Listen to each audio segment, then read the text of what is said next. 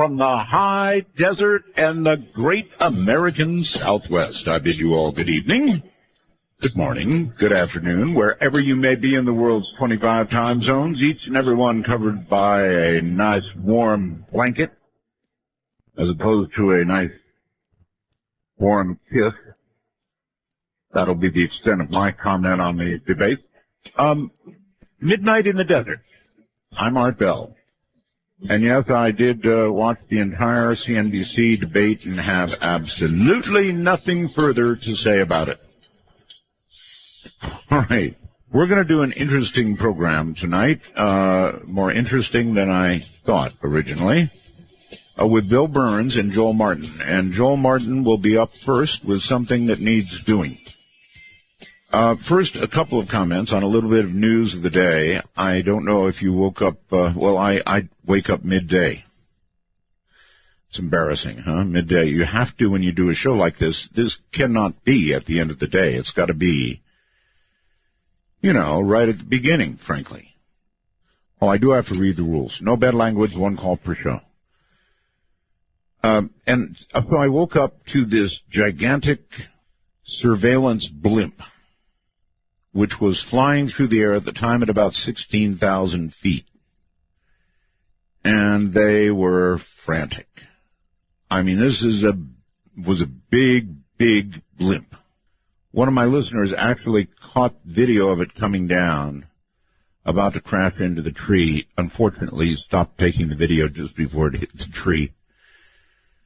Anyway, it did finally come down in a remote part of Pennsylvania. I do think, it's my opinion, that they were able to remotely deflate it and bring it down slowly, and when they saw the weather pushing it out toward Pennsylvania, they decided let it go until it gets out into rural Pennsylvania, and we'll bring that sucker down, and I think that's exactly what they did.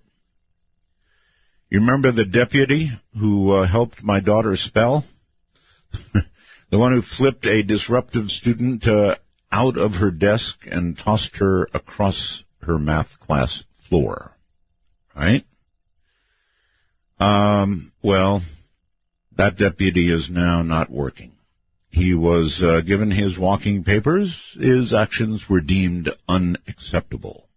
So, in the next 72 hours or so, according to Andrew Stimian, a scientist at the Berkeley SETI Research Center, 2 bigger, more sensitive telescopes will be commandeered to observe the star we're all waiting for news on. These additional telescopes will be trained on my favorite star. I wish it had a name. We really should come up with a name for this star, KIC 8462852. Kind of not much of a name to attach to something, might have little green guys crawling around on it.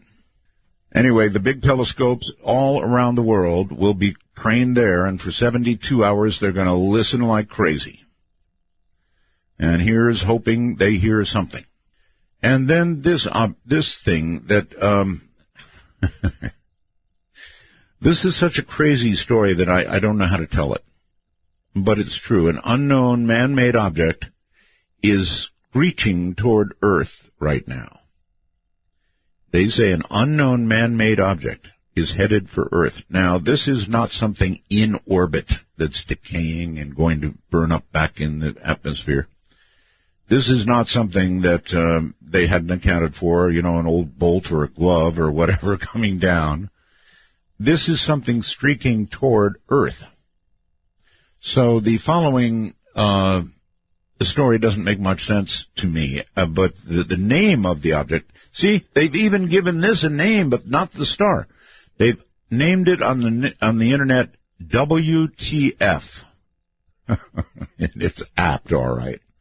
The object will make its appearance on November 14th, entering, they say, our atmosphere to burn up harmlessly, they say, over the Indian Ocean, or, said Anomalous.com, to launch an alien attack on us and end all life as we know it on Earth. Could go either way. A joke, of course, but I hope. But I mean, look, here is something coming to Earth. As I mentioned, not in orbit, not ready to burn up and disintegrate itself upon re-entering and making pretty skies. This is something streaking toward Earth. Now, my first question is, how do they know it's man-made? How can they possibly know at this distance? And it's still got to be pretty far away, right? I mean, have they looked up and saw the sickle and hammer or USA on the side of it? How do they know it's man-made? This is coming from, hello, my Canadian friends, out there. And so, okay, it could be man-made. Maybe it circled the moon, increased its speed as a result, aimed right back at us. Maybe it circled some other planet, did the same thing. And it's coming back to us. But it's pretty weird, and its name is indeed fitting. All right, so we're going to do two guests tonight, and they'll be on together and in the beginning separately, Joel Martin and Bill Birnes. Now, these two gentlemen have written a book, actually the original of the series, I believe, called The Haunting of America. And as we near Halloween and dead air, we will increasingly be talking about this kind of thing. Let me tell you a little bit about Joel Martin and why I want to talk to him first. Joel Martin is a nationally recognized paranormal expert and best-selling author. Since the early 1970s, Joel has been a radio talk show host. During his career as a TV host, he won the Cable Ace Award. He's a network TV consultant on the paranormal, has appeared on numerous TV shows. Joel is the author and co-author of more than 15 books, including the best-selling We Don't Die. That in itself will make a good question, won't it? We Don't Die. He is also a former teacher. So let's first go to Joel, and let me, just before I punch the button, let me say something. One of the best-known paranormal stories in the world, I guess because of the book and the movie, is the Amityville Horror, right? Wouldn't you say? Along with what happened in Snowflake, Arizona, what happened purportedly in 1947, Amityville would have to be right up there, right? And years ago, I had the opportunity, before his passing, to interview George Lutz about what went on at that house. And I am now to have learned, or I guess I'm about to learn, and you're about to learn, that the Amityville Horror was a hoax. Now, I feel a duty, more than a duty, I could have skipped this, but I feel more than a duty to reveal something like this as a hoax if that's what it really is. I mean, it's a giant story. There's almost nobody who doesn't know about Amityville and the supposed horrors that went on there. And there were some real horrors, of course. But the supernatural horrors that went on there, according to my coming guest, all made up. Baloney. And if that's the case, I sure as hell want to get it on the air. So, in a moment, we're going to bring on Joel, and he's going to tell us how it is so. Joel Martin coming up. Bill Birnes standing by. And this is Midnight in the Deserts on Halloween week.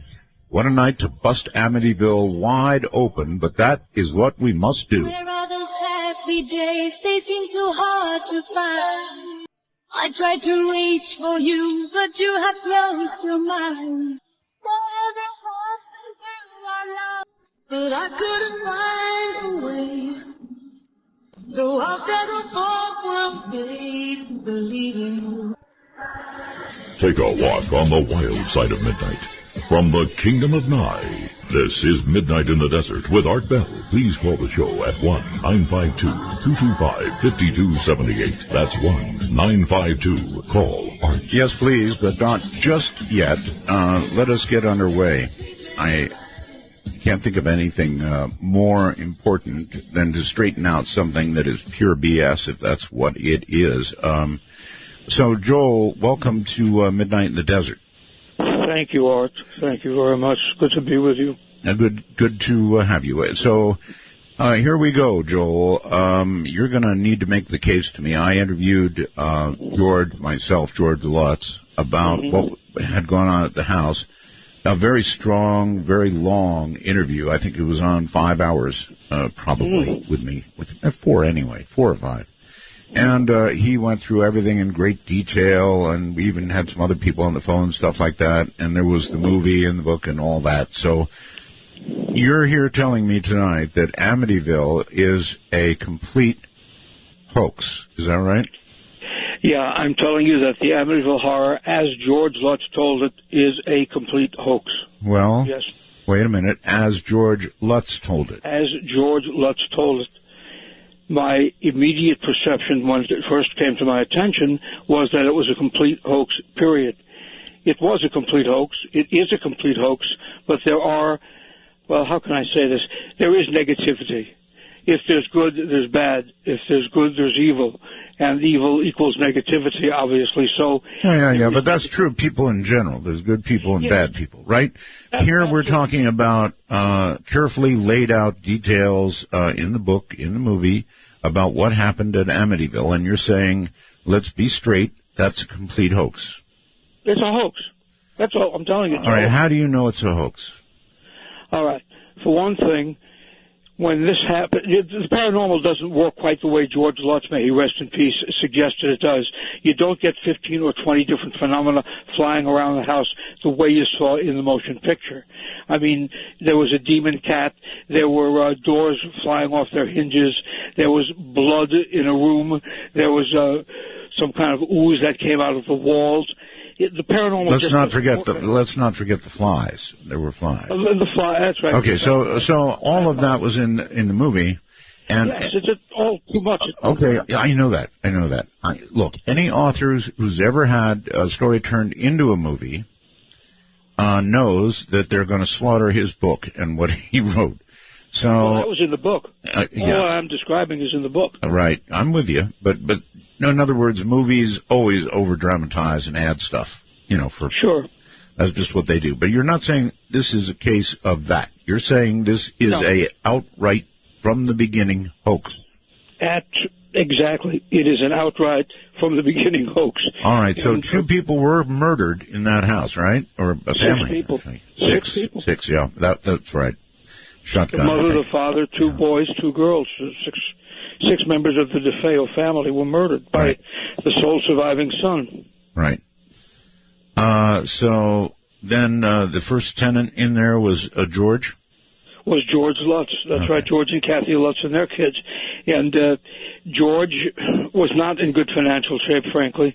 And George got a great deal on the house. I mean, he really did. I bet he did. House is gorgeous. I was in it several times, and it's in a beautiful, beautiful area. And I was there the night of the murders, and it was a terrible, terrible, terrible situation. Where were you the night of the murders? At the house, you mean? Yes. What in the world?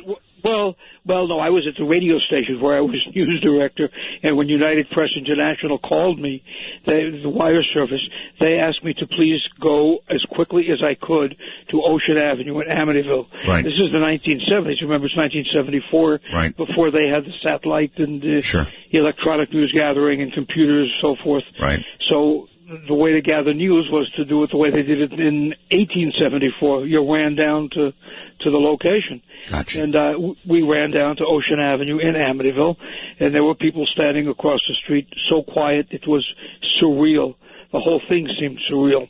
There were police and police photographers and medical examiner staff people there. It was just a terrible, eerie thing to see. I got closer to the house than I probably was supposed to, or than some would have liked, but I knew many of the police officers because I had already been on the radio on Long Island since I was a teenager, which was just a couple of years earlier. And so by going there then, I recognized some cops, and they recognized me, and I kind of inched closer. I inched close enough that I saw them carry out one of the dead children, with a bullet hole in him, and it was not something that you want to see, frankly. And that's the way the story started in November of 1974. Go up a month now, go to December of 1974, January 75, around that time. Just go up several weeks right past the holidays that year. And I get a call from Stephen Kaplan, who you may remember was a vampirologist and a parapsychologist. Mm-hmm. He too passed away. And Steve said, Martin, which is his nickname for me, I don't know why he didn't call me by my first name, but notwithstanding that, Martin, I need to do a show about an unhaunted house. I said, that's good, Steve. We'll do a beauty pageant with the ugliest guys we find. Right. What's the matter with you, you idiot? How am I supposed to do a show about a house that's not haunted? Yes. Yeah, it makes no sense. He said, no, this is different. This house purports to be haunted, but it isn't. It's a fake. I said, how the heck do you know that so quickly? He said, I'll tell you if you let me come on the air. I said, all right, come on the air. Show's over to everybody. What the heck? He didn't tell you what it was? No, not at first, not until he got to the radio station.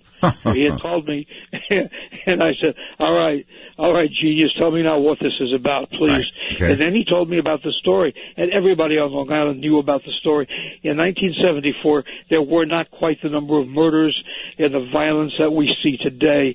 And so when 6 people in one family in an excellent neighborhood in a quiet community get murdered, it was noticed. There's no question, frankly. He said, something's fishy.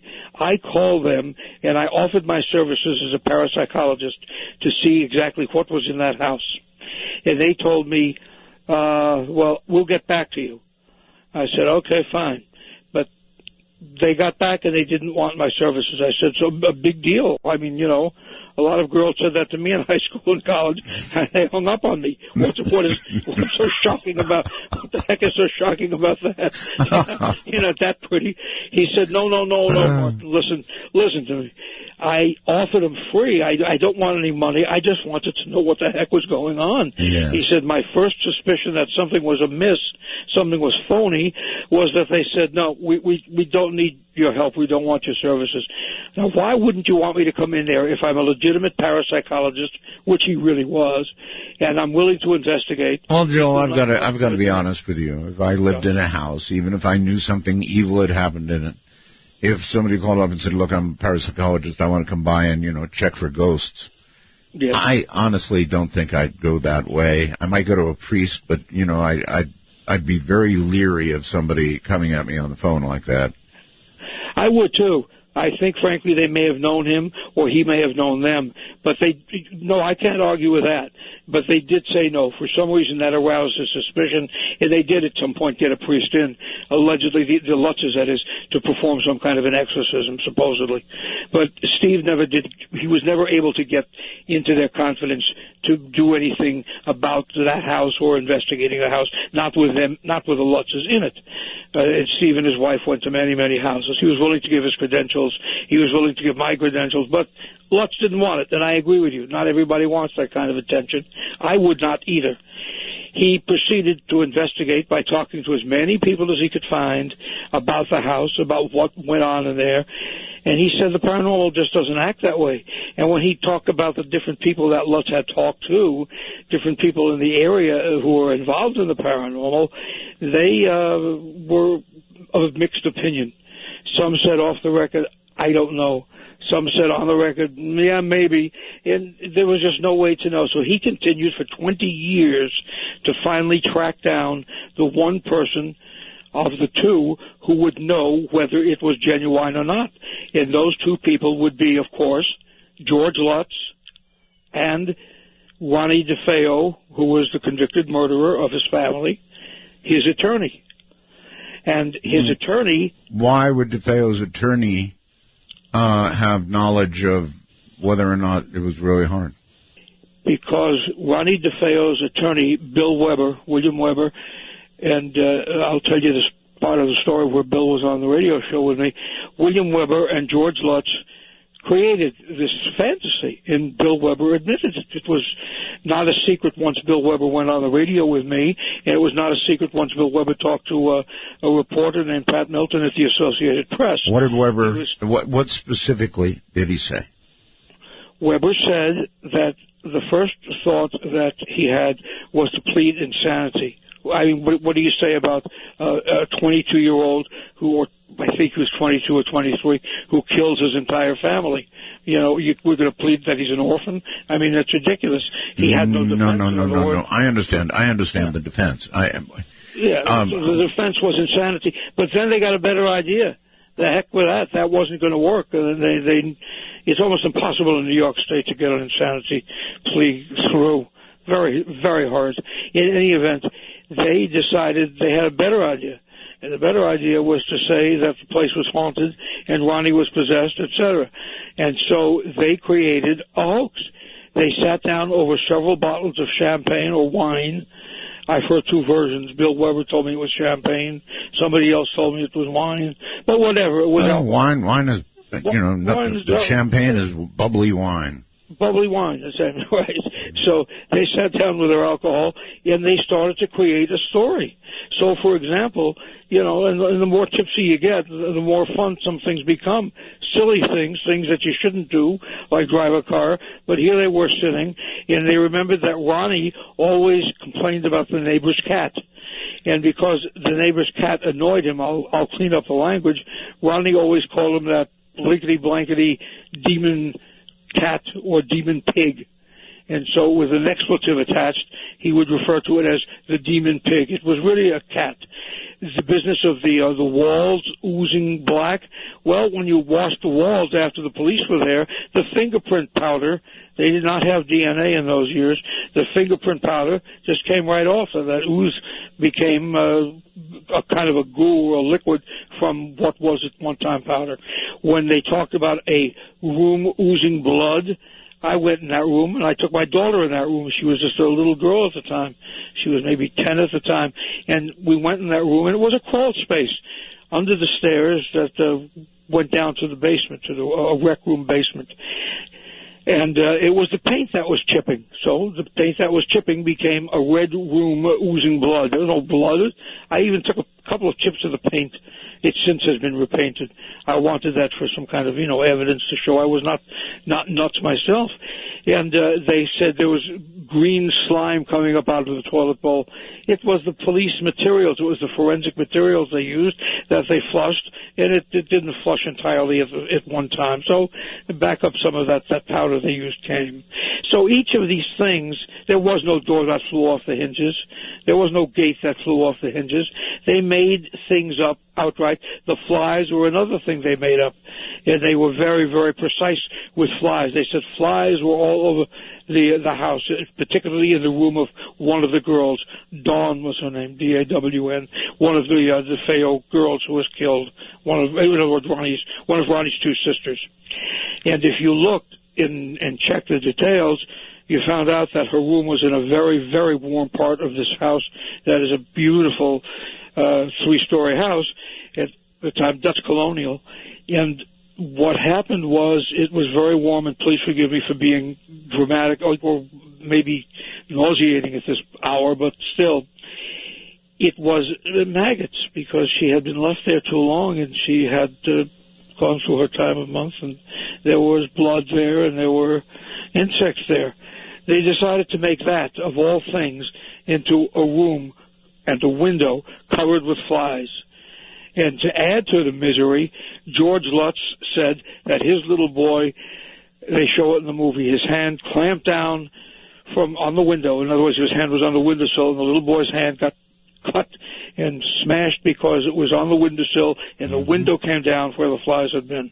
Well, right. They supposedly took the kid to the local hospital, which has long since been out of business, but that hospital, Brunswick, was there then. Brunswick Hospital was the name. And when Steve Kaplan checked the records, there was no record of that kid ever going to hospital for an emergency room or for anything else for that matter.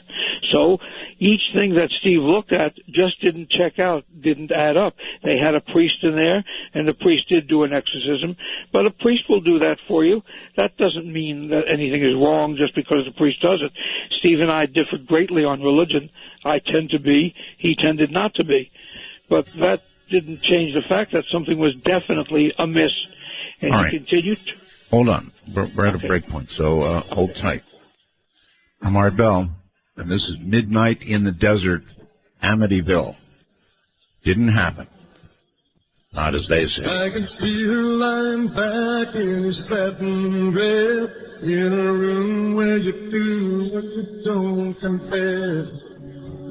Sundown when you better take changing now, forget that.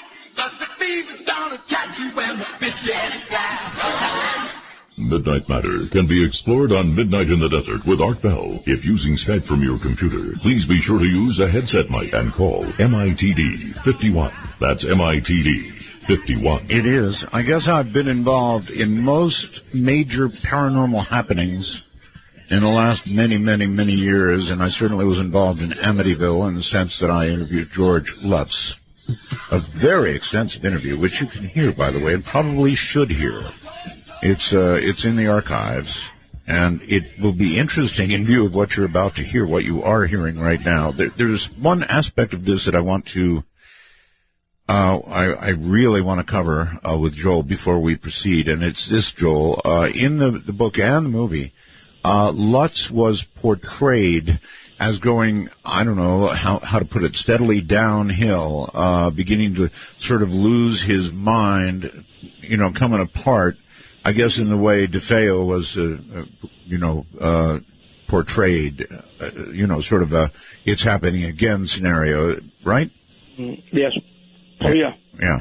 Okay. So that had to be part of the overall plan, as it were. So you're telling me that the lawyer Weber, right, and George Lutz sat down and cooked up the book and the movie and the details based on the stuff you just said. Is that about right?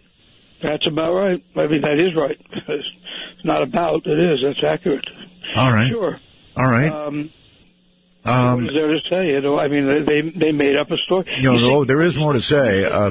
For example, when you said George was going down, excuse me, Art. When you said George was going downhill, portrayed as going down. Well, he was portrayed that way, but people who knew him well suggested that he was in emotional trouble because, frankly, they were having some difficulties emotionally as a result of economics. There was a problem economically, sure, as well as whatever fear they might have had from being in that house. I wouldn't have lived in that house right after 6 people were murdered.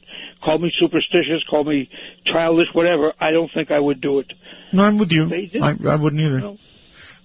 So George was exhibiting emotional, trauma of some sort. Well, sure, he was worried about money, some people said. He was worried about the house. He was probably worried about Kathy, because Kathy was afraid of being there, several people told me. There are so many different versions, you see, but they all come down to one thing. There was a need for them to do something about their economic situation. That was not an expensive house by today's standards, right? But $80,000 in 1974 or 75 was an expensive house. Let me back up for historical accuracy and for the audience here. Yes. How did the DeFeo trial based on haunting work out? Based on haunting, it didn't work out at all. What they simply had to do was plead him guilty. There was nothing they could do. Okay. And so he was sentenced to 6 lifetimes, and he's still in prison. Yeah. And he'll be there, we hope, for the rest of his life. And frankly, he has given so many different versions of what has happened that it's almost impossible to pin down any one version as being the entire truth, the whole truth, and nothing but. Did DeFeo actually claim external influence in his deeds? I mean, it wouldn't be hard to imagine that even mental illness could bring that on. That's good. That's a very good question, and the answer is no. You would think he would, You would think. Never went along with that insanity business, and the result was that there was never any reason to even discuss it, as far as he was concerned, and he just took his punishment and went off to jail for killing all 6 of them. He and his father did not get along. It was not complicated where they were concerned. The DeFeos were a story that the whole neighborhood knew. It's a fairly close-knit neighborhood, and people know each other pretty well. Very small-town atmosphere in Amityville. And Ronnie and his father did not get along at all. There was just terrible stress and strife and abuse, physically and emotionally. All right, so then you're telling me there was a meeting between Weber and Lutz. They sat down at lunch, was it? They sat down at some mealtime, lunch or early dinner, yes. And they cooked all this up? Yes. And forward went the hoax, the story, the book, and then eventually the movie? Frankly, that's it. That's exactly right. They cooked it up, and the idea was they were going to split whatever came from a book, because there was more money in a book than there was in calling Ronnie insane, when in fact it was going to be almost impossible to prove that. So here's what happens. They make up this arrangement where they're going to have a handshake. Was it a handshake deal? Handshake. Yeah, handshake. All right. Yeah. So you and I shake hands. Going to split money. It's kind of ridiculous if one of us is a lawyer. I mean, he skipped out, Lutz. He just took off to the West Coast. Wait a minute. The book and the movie probably had a lot of separation in between them, right? There was about 2 years separation, yes. 2 years. Okay, that's quite a long time. So it is. So the book comes out, and the royalties from I'm trying to get this straight. The royalties from the book come in, right? And George Lutz, you're telling me, holds on to him, doesn't give a penny to his partner in makeup, Weber? No, he does not give any money to Weber, and if he did, it's been a very closely held secret, because nobody, not even Weber, ever suggested that George Lutz gave him a penny. They fought about it, they discussed it, they talked about it. Lutz apparently stalled him. The movie came out in 1979. Had to stall him for a couple of years. That's right. That's exactly right. The movie came out in 1979. I was in a preview of it. I got to see that, and that's why I remember the year very, very specifically. And there's somebody in my family actually who was the director of the film. So that's just a bizarre coincidence, I'm sure. That is bizarre. All right. So George Lutz got all the money from the book, presumably all the money. Unless it was already signed over from the movie as well. He had all the money, period. And then you said he took off. What do you mean he took off with the money? He and Kathy moved. They moved to the West Coast. Well, they later got divorced. That's not exactly, fine, but that's not exactly out of reach, the West Coast. No, not out of reach, but out of reach as far as Weber was concerned, because with nothing in writing, go prove you and I made a deal tonight, Okay. Go ahead. All right, so gotcha. I'm with you. So Weber at this point is really ticked off.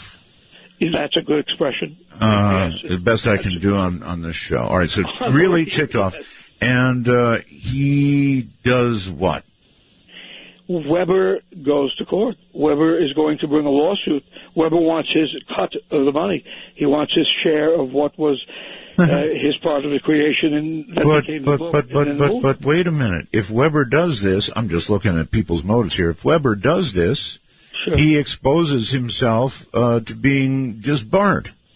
I asked him that question, and I'm sure you did too. No, I didn't. But you asked George Lutz. I'm sure you asked Lutz the question. No, I didn't. Not about disbarment of Weber, no. All right. I asked Bill Weber that, and he said, well, it was a chance I had to take. He said, I didn't feel I did anything wrong, and he said, I didn't fear that at all, and so I wanted what was mine.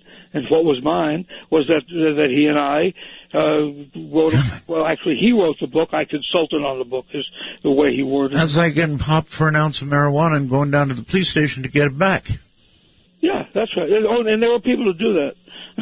I know there are. So he's going to sue. He's going to sue to get his portion of the loot from the hoax. Right.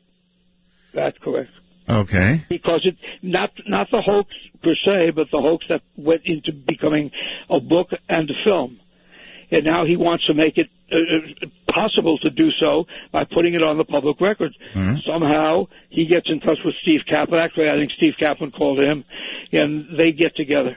And Steve and Steve's wife and Bill Weber get together and they talk, and Steve wants to help. Remember, there are people who said it was true. I'm not saying that there aren't people who to this day will tell you it all happened, you know.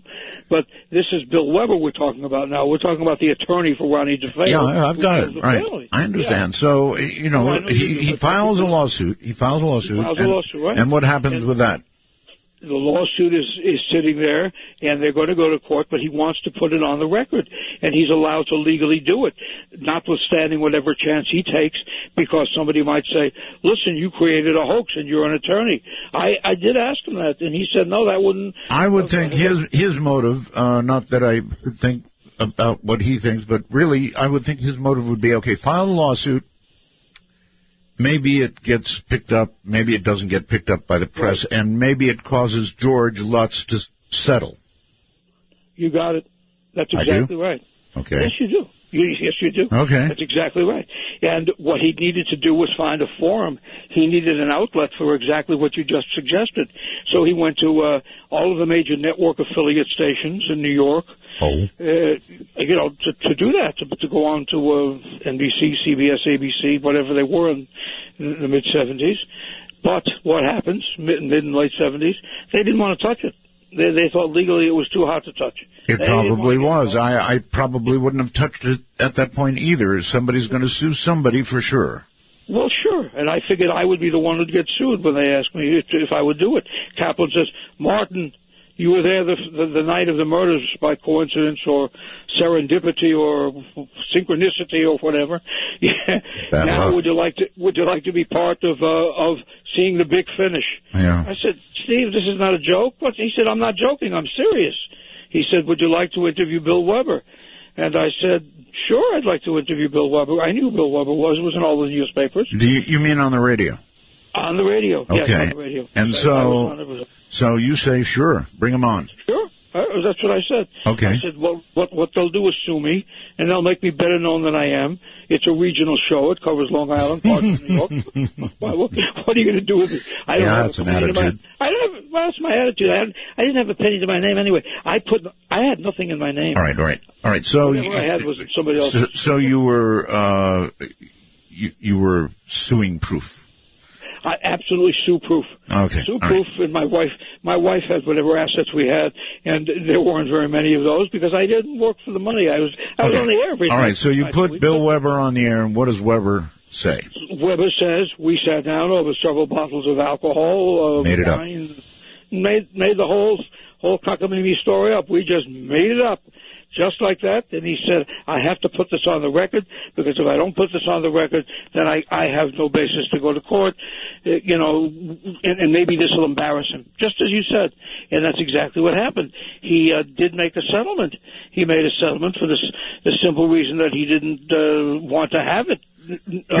You're saying George Lutz made a settlement, right. or accepted a settlement, whatever. Accepted a settlement. Yeah, that's right. You said it exactly right. And I'm looking at the transcript now. Now, I've never listened to the program itself. I've read the transcript of the interview, but I never listened to it. And the reason I never listened to it, I'll tell you right now, and somebody's going to say, oh, you're making it up. If anybody wants to do that, in my old neighborhood, meet me anywhere, because I'll tell you, I have a lot of bad qualities. Lying is not one of them. I don't think the paranormal is something you fool around with, and I don't think that when you're talking to the public, you should, as you said at the opening, that you need to be unethical. If something is not genuine, you say so. That's right. Makes the things that are genuine all the more valid. That's right. Simple as that. And I agree with you 1,000%. So here we are, Bill Weber and me. I'm waiting for Bill Weber to come to the studio. We're going to put the show on tape, live on tape, which means I wouldn't, you know what it means, but it means for anybody who doesn't know, it means that the show would be taped, but I wouldn't edit it. I would put it in a box. I'd leave it there until it was time to air, right. And that's that. Right. I touch nothing. Right. All right, fine. So I'm sitting there, and it was Thursday, I believe, August 2nd. The date was August 2nd, 1979. and I'm sitting there waiting for Bill Weber. I see a phone lighting, and radio stations, of course, as Art and I know, they don't ring, they just light, right. because you don't want to hear the noise over the air. That's right. So I see my private line ringing. I said, that's strange. There's only about 3 people, maybe 6 people in the world who have that line. Nobody has that number. I pick it up, and I go, hello, Martin. And I hear my daughter's voice. It's a little girl. She was even younger than I said before. Well, in '79 she was 10. All right. So I pick it up and I say, "Hello." And she said, "Daddy." And then she says, "This is her name. Mommy's dead. Mommy's been killed." Oh my God. Just like that. Your wife was dead? She was killed that night, hit by a car. Whew, I am so sorry. Yeah. It was. Well, that's strange timing, isn't it? The timing could not have been worse, more bizarre, or I don't know. To this day, Art, I swear to God to you, it gives me the chills in places that you're not even supposed to get chills. I mean, the hair on my head just stands up. It was the eeriest thing. I went into shock immediately.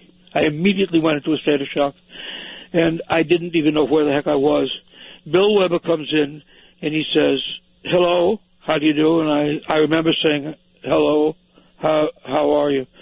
And he said, "Are you okay?" I remember that. I said, "No." He said, "What's wrong?" I said, "My wife was just killed." Yeah.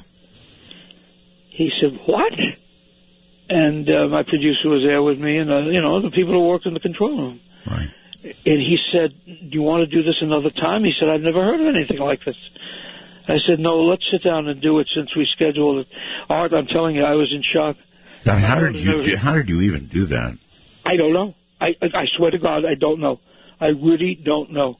All I can think of is I was in a state of shock. My daughter, to this day, I've never really discussed it in public until now, but she's never forgiven me for it. She said, "Daddy, how could you do that? Yeah. How could you sit down and do it?" Well, a state of shock would explain it. The news was that your wife had been run over or hit by a car? Run over, hit by a car. Wow. The guy driving was probably stoned, the police thought, but there was very little that could be done. And when she didn't come back to bring ice cream to my daughter, which is where she had gone, my daughter got concerned, went downstairs and saw her glasses and shoes and jewelry in the street. That's where the NYPD left. That's where the city police left. Oh, no. Yeah, and so she saw it and she knew right away, and she just went, "Ah!" And she, gasped and cried and got hysterical. And the neighbors helped her and comforted her as best as they could. And from that point on, your life takes a whole different direction. I know. And I was in shock for a very long time. I know. And now, whether that's psychic or paranormal, I can't tell. Or was it a coincidence again? Is serendipity? I don't know. The shock that you go into is very normal.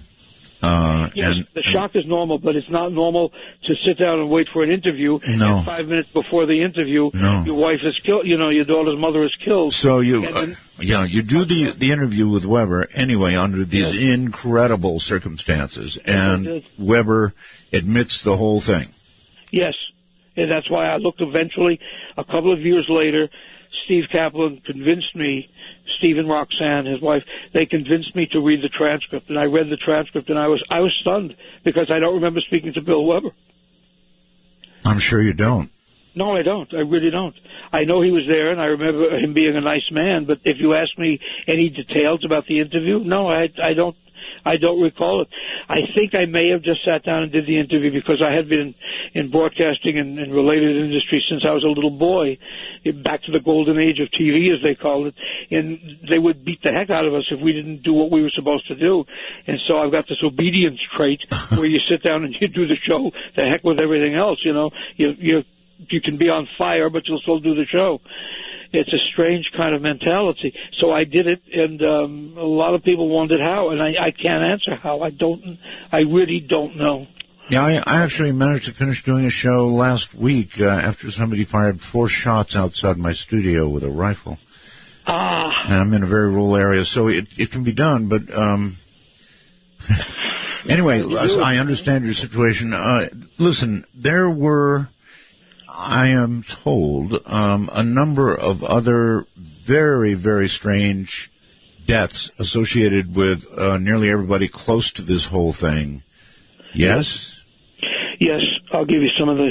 I'll go very quickly and give you some of the names. The night of the murders, I came home just drained. I was so tired because I had worked all day. And then I don't want to, hold on. I don't want to break this up because we've got a break coming up, and I want to get the whole story.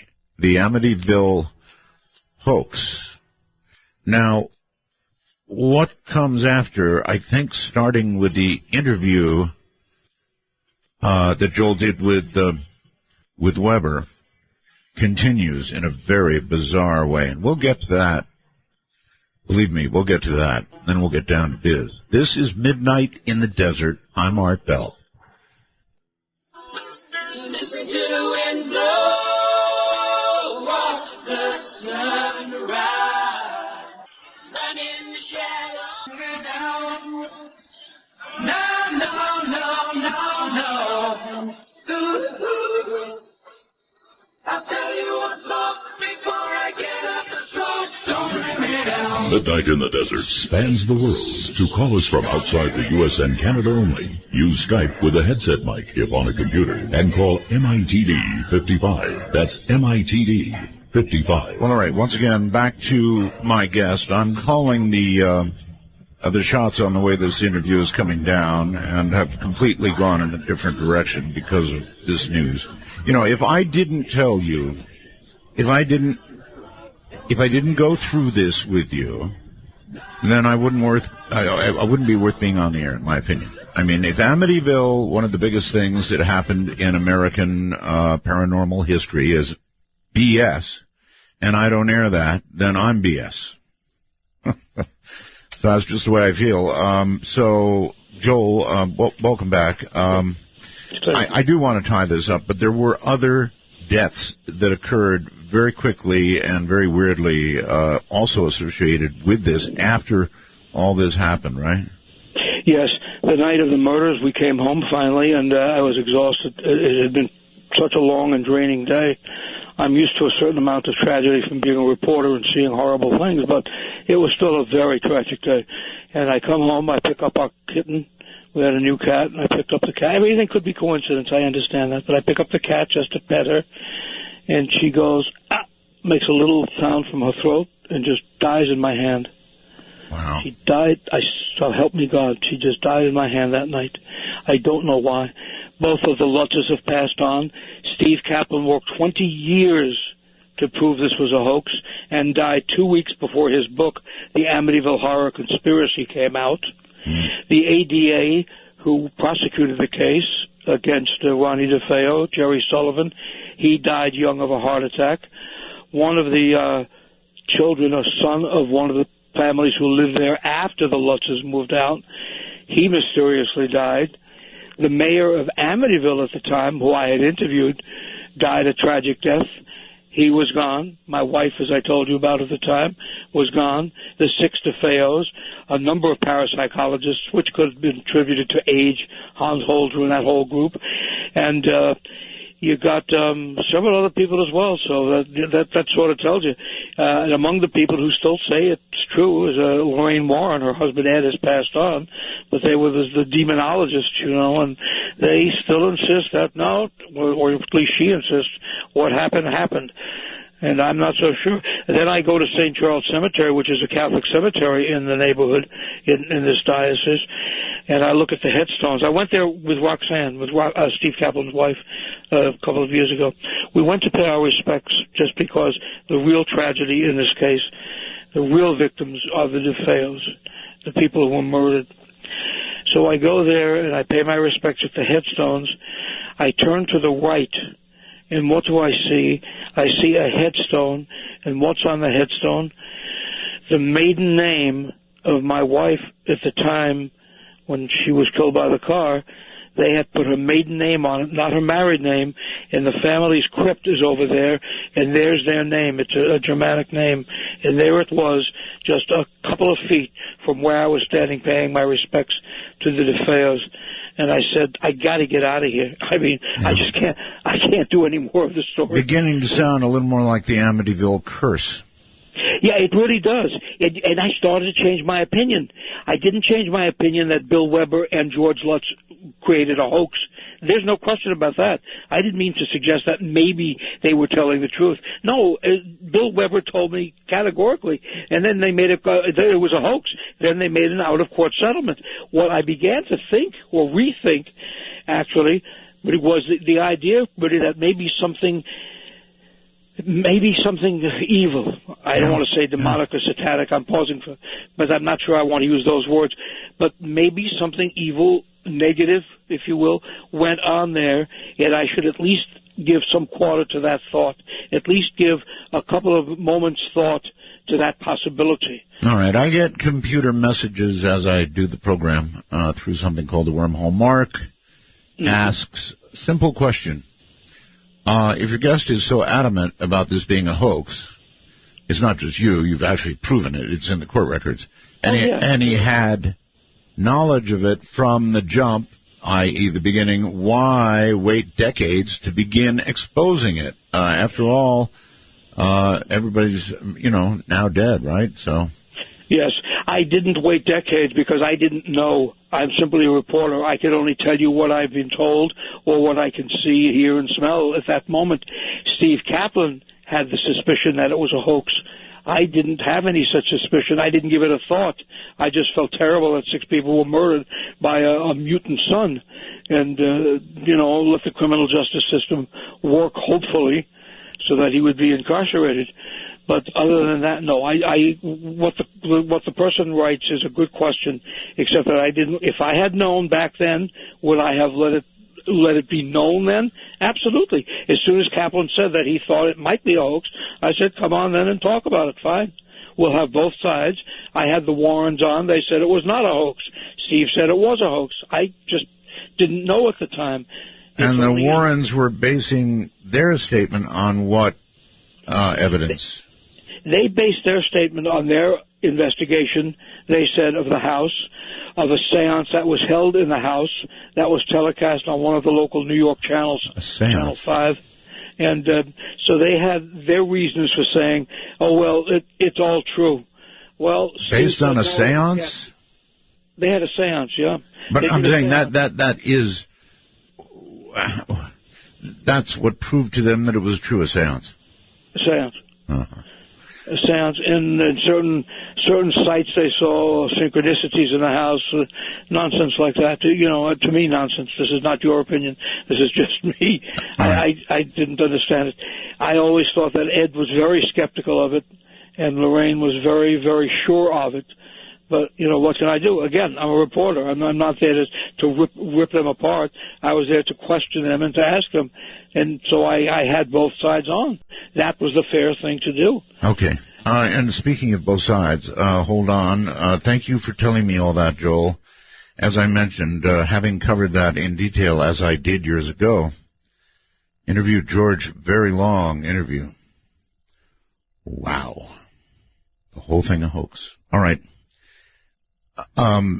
This is supposed to be a two-guy affair. The other guy is Bill Birnes, who is a New York Times bestselling author, the creator, consulting producer, writer, and lead host of the History Channel's UFO Hunters.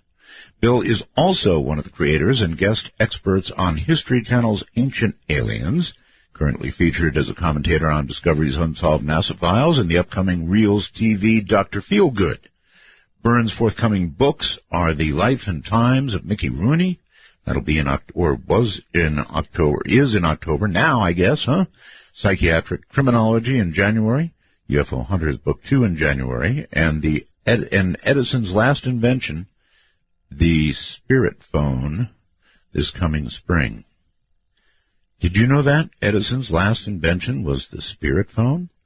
Birnes holds a Ph.D. and J.D., was a National Endowment for the Humanities Fellow, and is the co-host of the Dark Matter Digital Network's Future Theater, our very own. So here now are the both of them, Bill Birnes and Joel Martin. Hi, Bill. Welcome, and thank you for being so patient. Oh, thank you, Art. It's always a wonderful story. Joel was was an eyewitness to all of this, a first-hand witness, and one of the few people who interviewed the principals in this story. And, of course, Steve Kaplan was the principal investigator into this whole story. Right. And Steve Kaplan did, of course, put out the book on the Amityville Horror Hoax. So he really did expose it after the fact. Well, I sort of retired not very long after I interviewed George Lutz, and didn't look real hard at the paranormal world. In fact, I was out of the country for a long time, so all of this hit me pretty hard, and I felt, you know what, I did that quite seriously on the air, and I have a responsibility to tell the real story to the audience, so we've done it. Now, and you also interviewed Malachi Martin, who was one of the people who consulted on this case.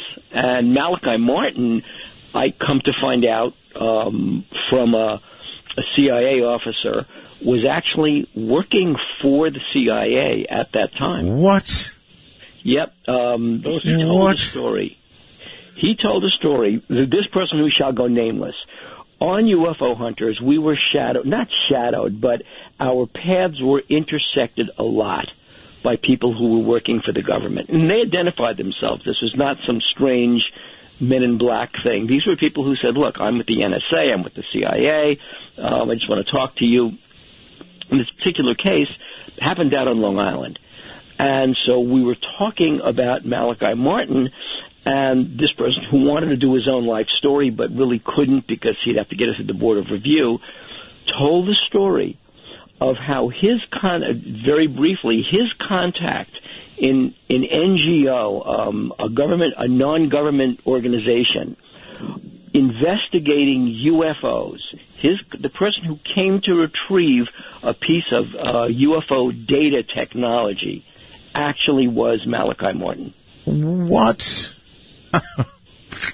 I was interviewed recently, by the way, for a documentary on Malachi, a British documentary coming out, I'm not sure when, pretty soon.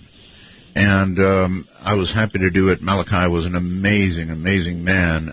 But you're telling me he was a CIA agent? He was a cooperating individual with the CIA. Well, a lot of people do that. Do you have any knowledge? You can't name your source, right? I cannot do that. No. All right. Do you have any knowledge what the nature of his involvement with the CIA was? In other words, what was he doing? Yes. Okay, fire away. He was part of a group that was investigating all kinds of paranormal phenomena. It had to do with exorcism, had to do with out-of-body experiences, but this particular group was working. There were people from former administrations that were in this group, and they were basically a funding operation. They were channeling money to individuals or groups that would carry out investigations into the paranormal. And in this one case, there was some kind of college professor, a scholar, who they had commissioned to go to Egypt because there was a story floating around. Can we slow down for one moment? I mean, you just said something that doesn't make sense to me. Why would the government, through the CIA or any other arm, funnel money to people investigating the paranormal? Well, they did it with remote viewing. They did. All right, yeah, they did. That's right. But otherwise, the government is not known to be a big contributor with funds to anything paranormal, other than, as you point out, remote viewing. I'm including UFOs in the paranormal. I'm including human beings with abilities to manipulate things. I mean, Uri Geller, Joe can certainly talk to Uri Geller's involvement with American Intelligence Services. So they were investigating aspects of human behavior or human abilities that had to do with the paranormal. That I can see. And in this one particular case, there was a story floating around that there was not a computer disk. That would be a mischaracterization, but there was a device on which there was stored for thousands and thousands of years, and this was in Egypt, alien technology. And supposedly this scholar who was commissioned found it, acquired it, and refused to turn it over to this group, to this government group. Refused to turn it over. He said, I'm going to sell it to the highest bidder.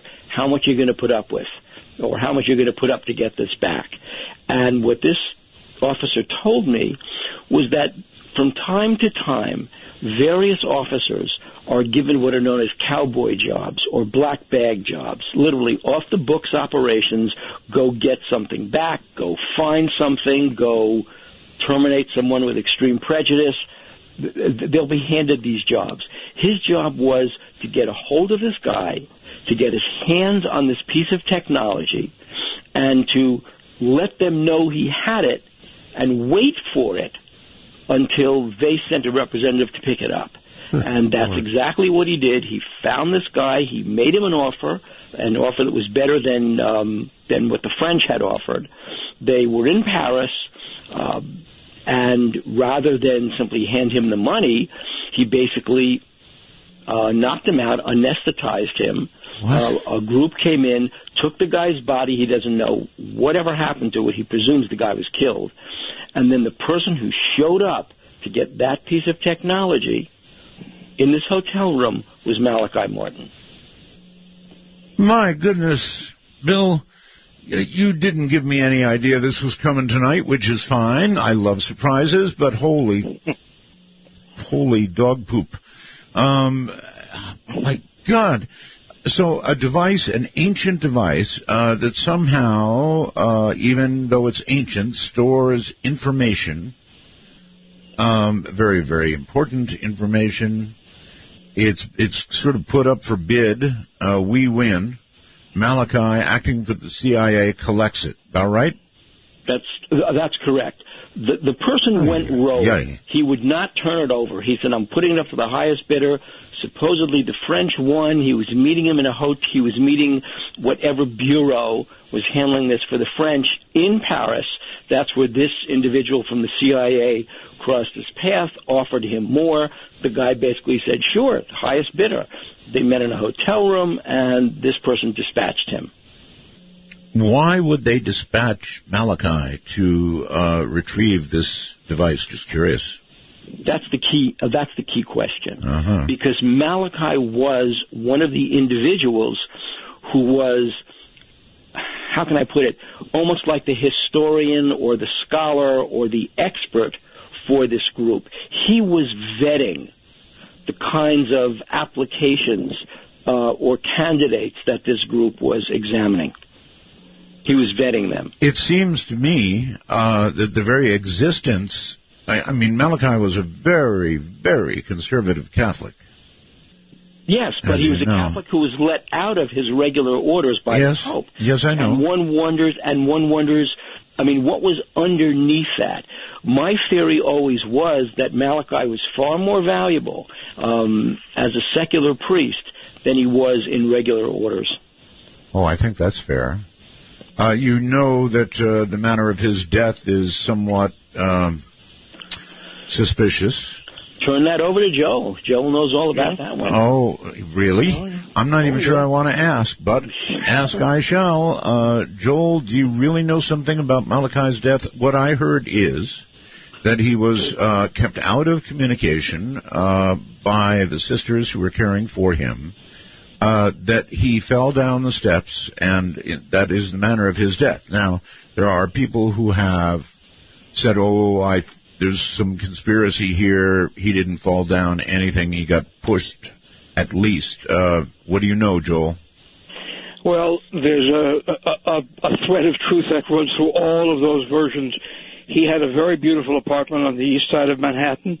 He was living the way any of us live. Yes. You know, house, apartment, whatever. He was not living in a rectory or anything like that. Right. He was living with a woman on the east side of Manhattan. He had a lady friend. And when he fell down, he was on a ladder looking for a book. He was one of those those ladders you see in bookstores. I do. that whirl back and forth. He was on one of those because he had an extensive library. I mean, a really extensive library. Yeah. He was looking for something, and he either fell down or was pushed. That's exactly right. Now, there's a version that says he fell down a flight of stairs.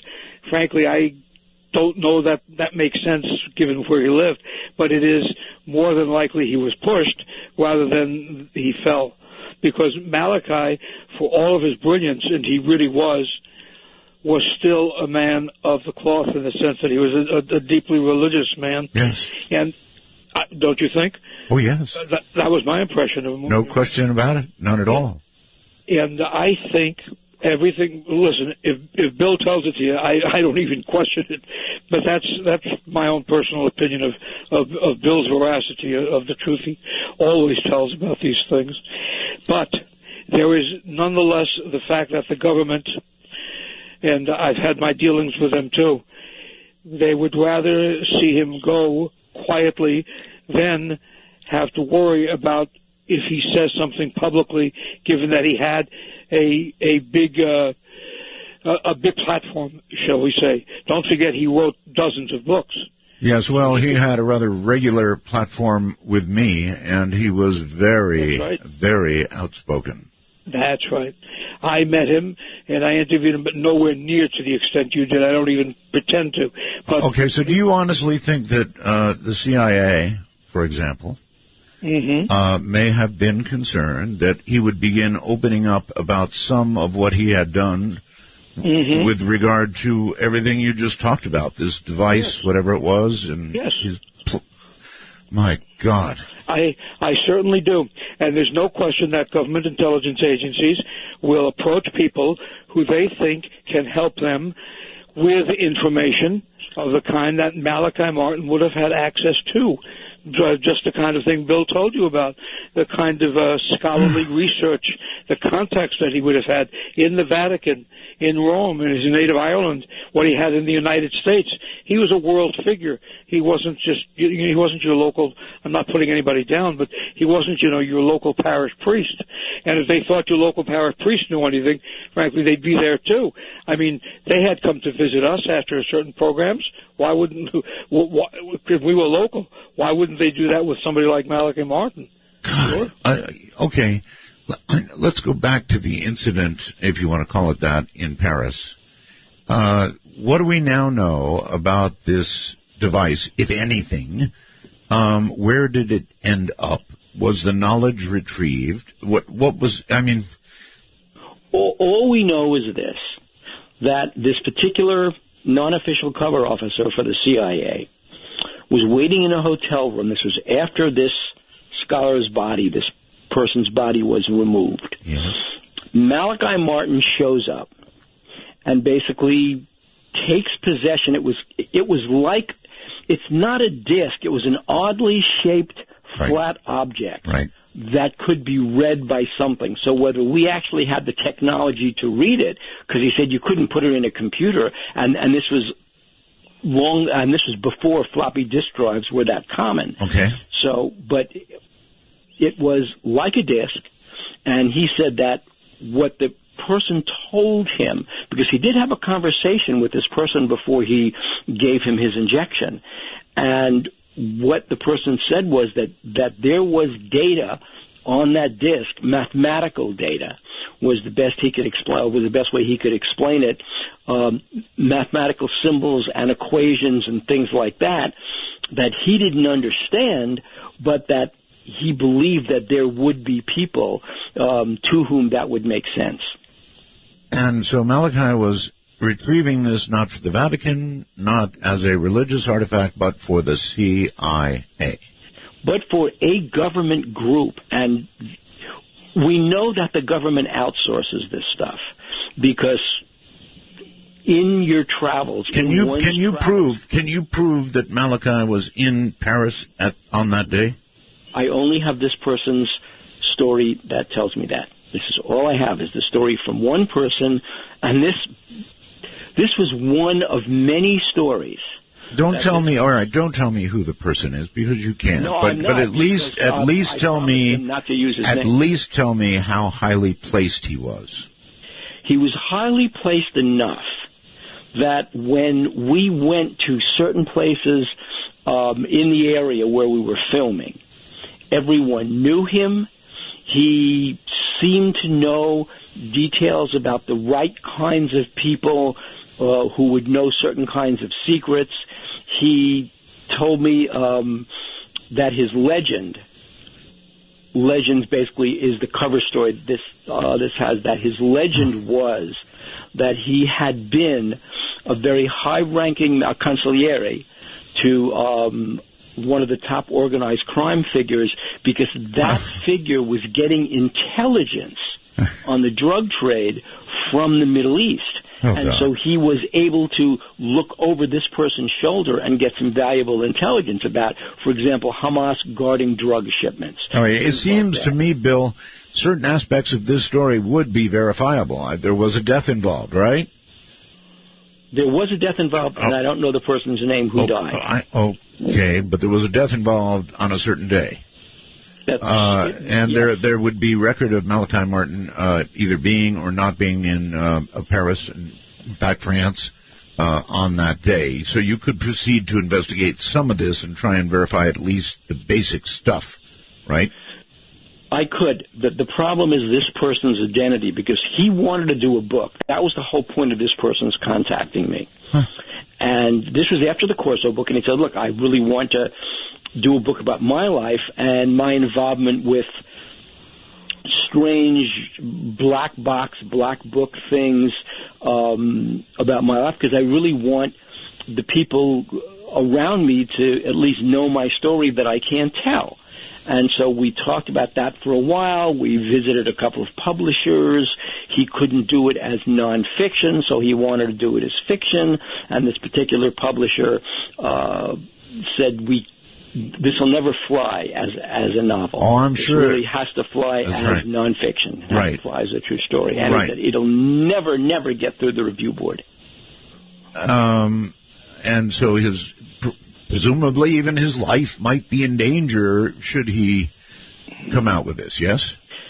Yes, because of this and other stories where he did certain kinds of jobs for elements within the government that were off the books. I was stunned to hear some of these stories, and I'm very stunned. Not one shred of evidence that they're true. Do you have just his word? Okay. Do you have any separate? You just said no. Any separate evidence at all that Malachi Martin was involved with the CIA?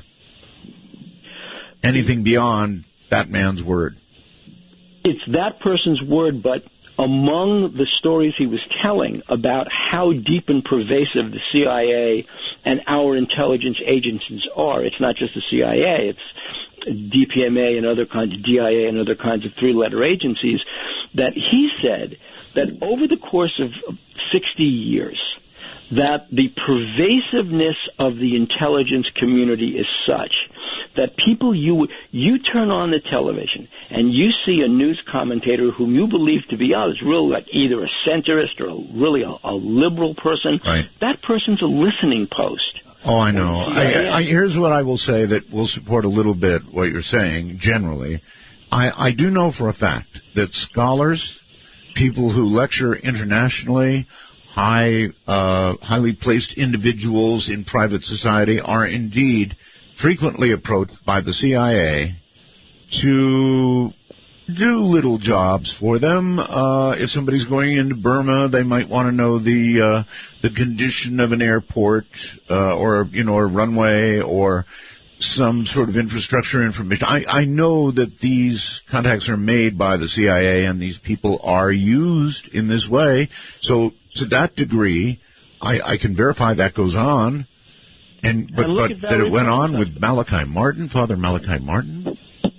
Well, look at Valerie Plame's husband, who was an ambassador in Niger. Here's a guy who was not in the CIA. He was in the State Department, literally tasked by the CIA, go to Niger, find out if Saddam Hussein is buying yellow cake to make nuclear weapons. Yeah, well, boy, that's another show. All right, you two hold on. Dynamite. I'm Art Bell. From the high desert in the great American Southwest, this is Midnight in the desert. Who's gonna tell you when it's too late? Piano from a window play on tomorrow from yesterday. Midnight in the Desert doesn't screen calls. We trust you, but remember, the NSA... Well, you know, to call the show, please dial... No, it's got to be right. Got to be right. Midnight in the Desert doesn't screen calls. We trust you, but remember, the NSA... Well, you know, to call the show, please dial 1-952-225-5278. That's 1-952-CALL-ART. I love that. Got to be something to cheer me up. Tonight's show, thus far, is like getting a double fast punch in the gut. Oh, man. I've got Bill Birnes and Joel Martin with me. And thus far, we've covered Amityville being a complete hoax with sort of a cautionary tale tagged on. And then Father Malachi Martin being a CIA agent with a story that goes along with that in Paris. Now, here's what I'd like to do. I'd like to open the phone lines and let you ask questions about this and or other things. So let me get out the numbers and do the talk. And then there are a couple of other things I want to cover here from their book, The Haunting of America, which actually, folks, when we set out to do the show tonight was going to be the topic and had nothing to do with anything we've talked about thus far. Just so you know. So here's the way you call into the show, and if you have questions about what you've heard, and I bet you do, feel free. Our public number is area code 952-225-5278. You would dial a 1 first, and then area code 952-225-5278. Secondary way to get in, maybe the better way, if you're equipped, is Skype. Skype is really a cool deal because if you have a headset mic and or you use it on an iPhone 6 or something like that, you can sound really, really, really good, and your presence on the air adds to what you have to say. It gives you a sort of a command voice, if you will. So to reach us on Skype, download Skype to your computer or cell phone, whatever. It's free, right? Free. And then once you get Skype, learn a little bit about it, and what you do is go to the little plus sign on Skype, as in add a contact, and we would be that contact.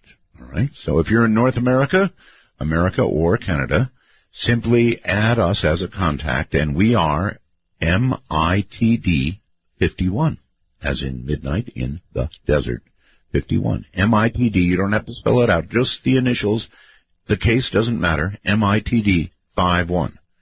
Internationally, outside North America and Canada, MITD 55. That's MITD 55. And so there you are. Gentlemen, welcome back. I do have a couple more questions, but I wanted to set it up so we could begin to take questions because, boy, based on what you've said, there's going to be lots of questions. So... let's see what to ask. Your book, The Haunting of America, does generate some interesting questions, and frankly, the last one I see listed here is the most interesting to me. You claim the government, the two of you claim, I guess, the government knows that the paranormal, what we call the paranormal, is normal. Is that right? Yes, that's correct. And you base this on...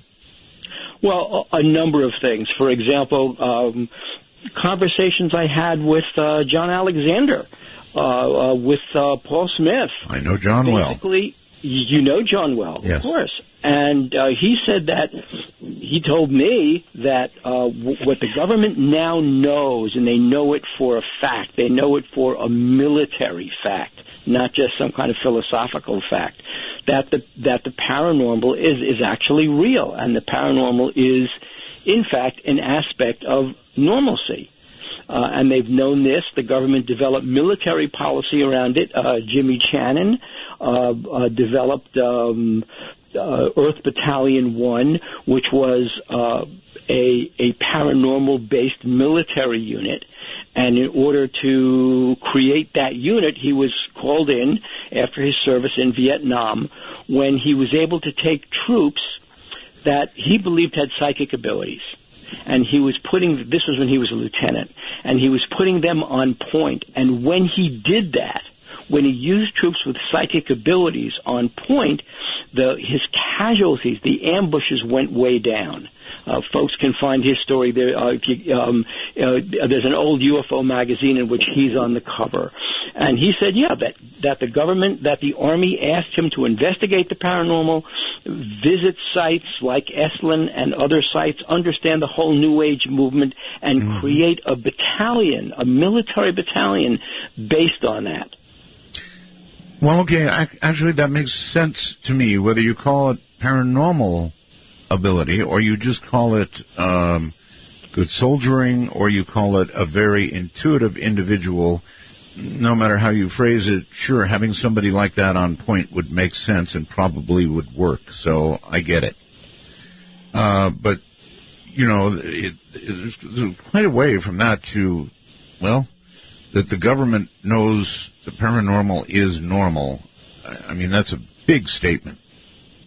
It's one of the things. There was a person, folks might remember this person's name. He was a naval commander, George Hoover. He's best known as the naval commander who was tasked by the Office of Naval Intelligence to investigate the Philadelphia experiment, the time travel experiment. It wasn't really a time travel experiment, but he was tasked to investigate it. Right about the time that we were wrapping up the Corso book, this was in California, with the production company that had purchased Corso's life story rights. We were sitting down with him. He lived in Pacific Palisades. We were sitting down with him, and one of the things he said was that he was kind of the Corso of the Navy. And he said that folks in high-ranking positions in the military, special access projects folks, and this would have been in NASA, in the military, and other government agencies, he said that they were well aware that he really confirmed what Edgar Mitchell had been talking about, that yes, there were extraterrestrials, yes, we knew about them, yes, we were working with them. And one of the things he said was that the high-ranking military officers weren't really afraid of it. That was not a matter of military concern to these people. He said the biggest concern, and he said this in kind of a weird way, he said the biggest concern was that these entities were really more humanoid than anybody thought. They were really more like human beings, and that human beings had some of the same exact abilities, call them paranormal abilities, but abilities that these creatures had. And that's what really panicked people in the military, saying that society absolutely wasn't ready for human beings to wield those kinds of powers. And that was one of the big concerns. Okay.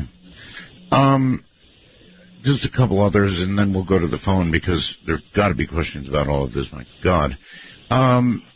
So,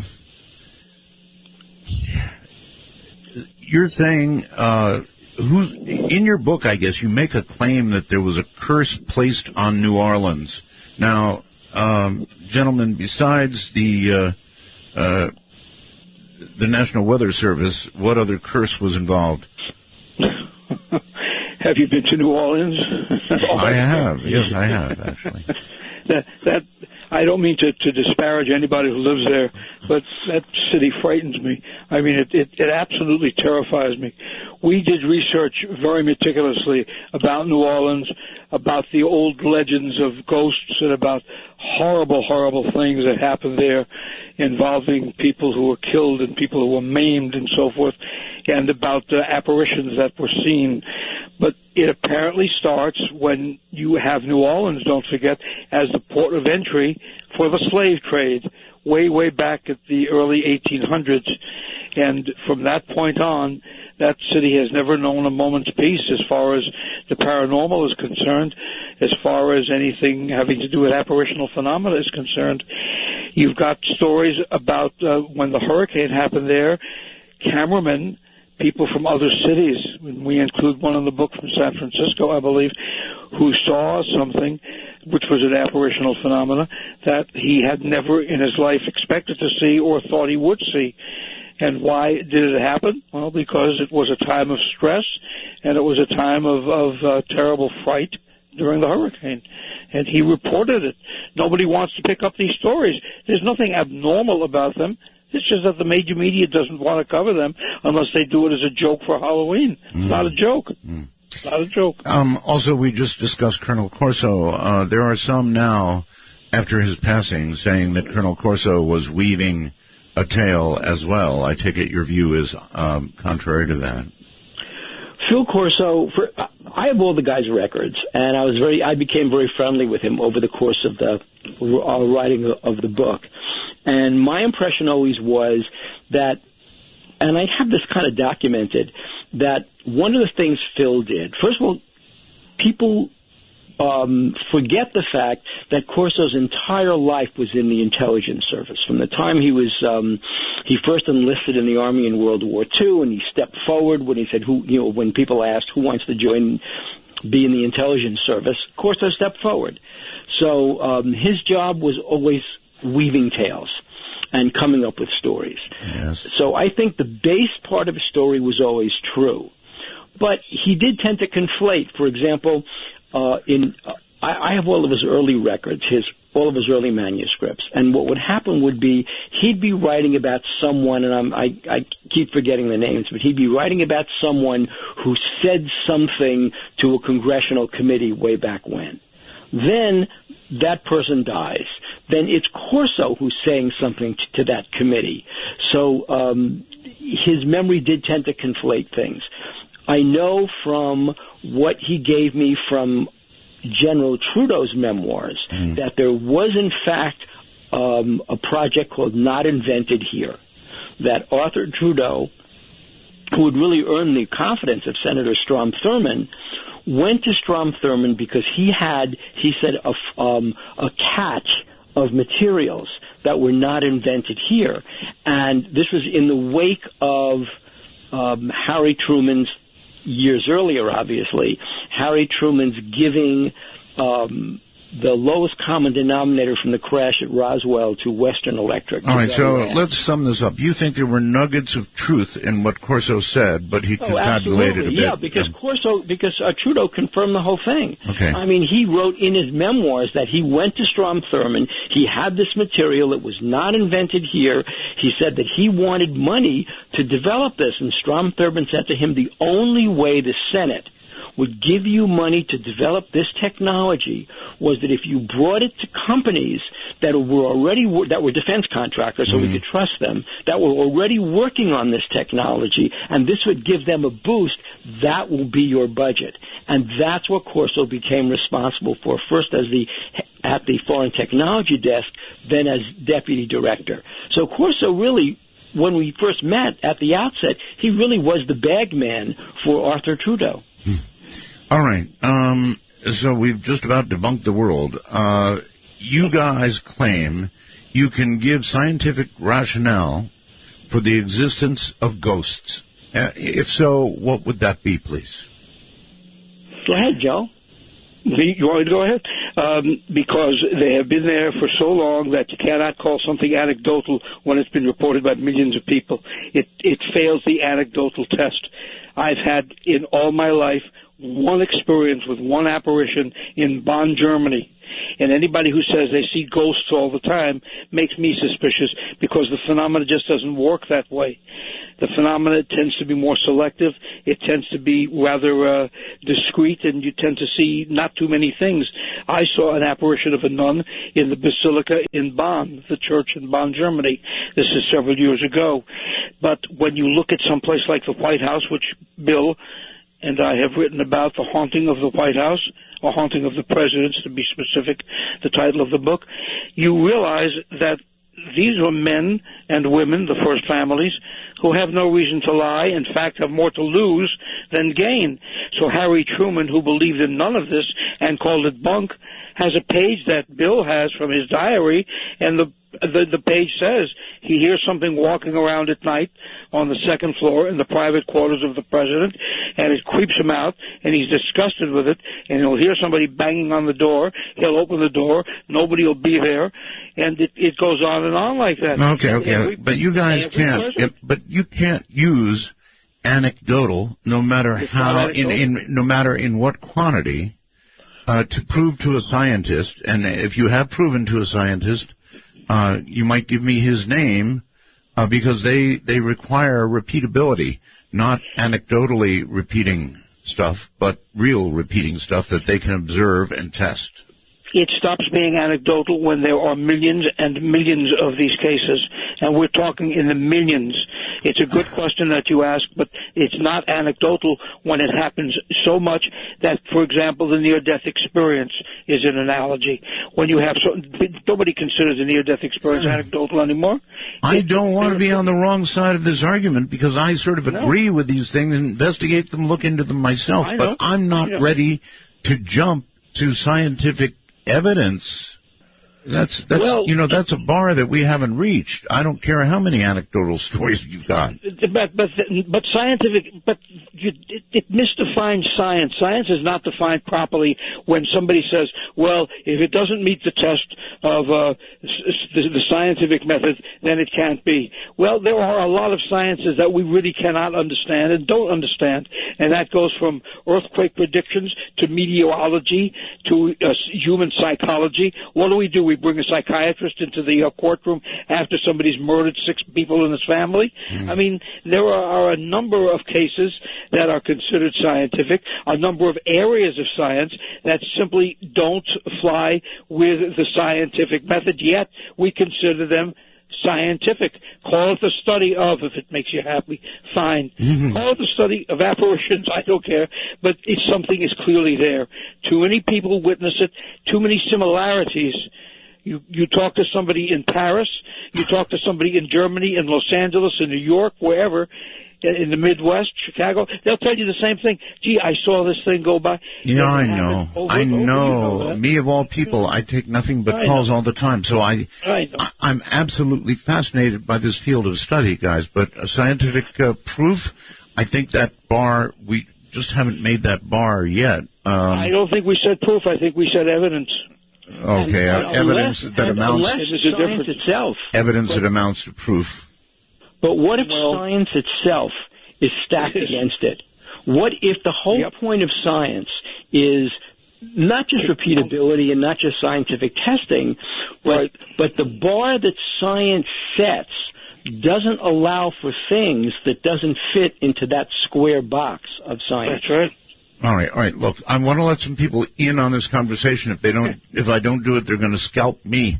So, Eric, where are you, Eric? Hello on Skype. Hi. Good morning, Art. I'm from Ottawa, Canada, and actually it's 2 o'clock in the morning. Okay, Eric. No, you know what? Hold it, Eric. Eric. You're on the wrong line. Oh. You need to be on the North American line. I'm terribly sorry. That's MITD 51. The line you're on is for international, beyond North America. So we'll go to John. Hello, John on Skype. You're on. Well, now we're almost out of time. John, are you there? Yes, sir. John, can you hold on? I don't want you to get started and then cut off. So I'm going to hold you through this 2-minute break, and we'll come back and let you ask your question. All right? That'll be great. All right. Yeah, terribly sorry. I don't want somebody to get 10 words out and then cut them off. So what we're going to do is take our break now, the scheduled break that I must take, actually, and then we'll come back. And if you want to talk to these gentlemen, either phone or Skype, we're here. Come and ask. After what you've heard, can't blame you. There's an awful lot of questions. To initiate a dialogue sequence with Art Bell, please coordinate your phalange and call 1-952-225-5278. That's 1-952-CALL-ART. There are 2 guests here. I'm Art Bell. Bill Birnes is one, and Joel Martin is the other. It's been a big double punch, to be sure. The revelation that Amityville was a total fake and that Malachi Martin was acting for the CIA. If you have questions along these lines, feel free to join us.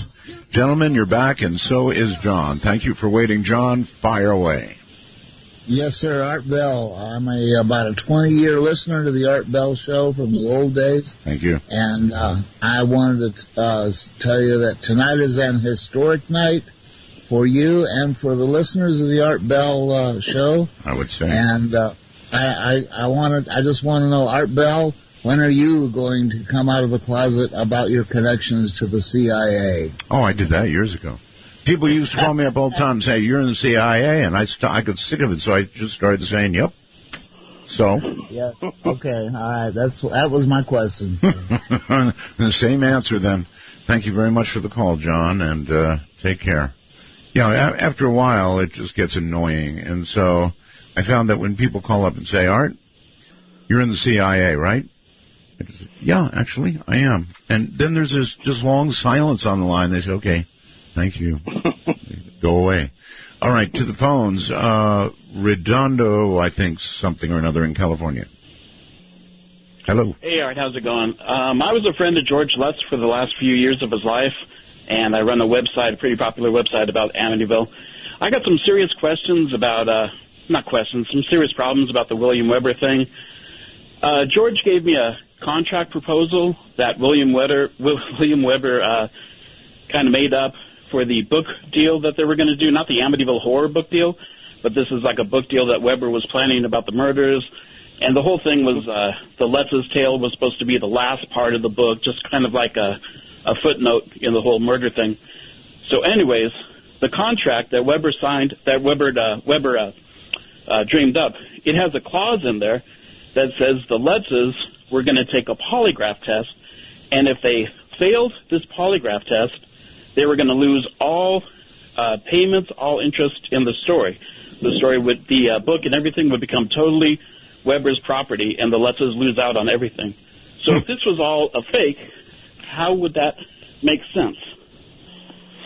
It would make sense because either A, they never planned to take the polygraph test, or B, he thought he could cheat or fool the polygraph. And there are people who can. I know somebody very well known who was able to fool the polygraph and did, and it was a big international story, the Clifford Irving story about the Howard Hughes hoax in 1972.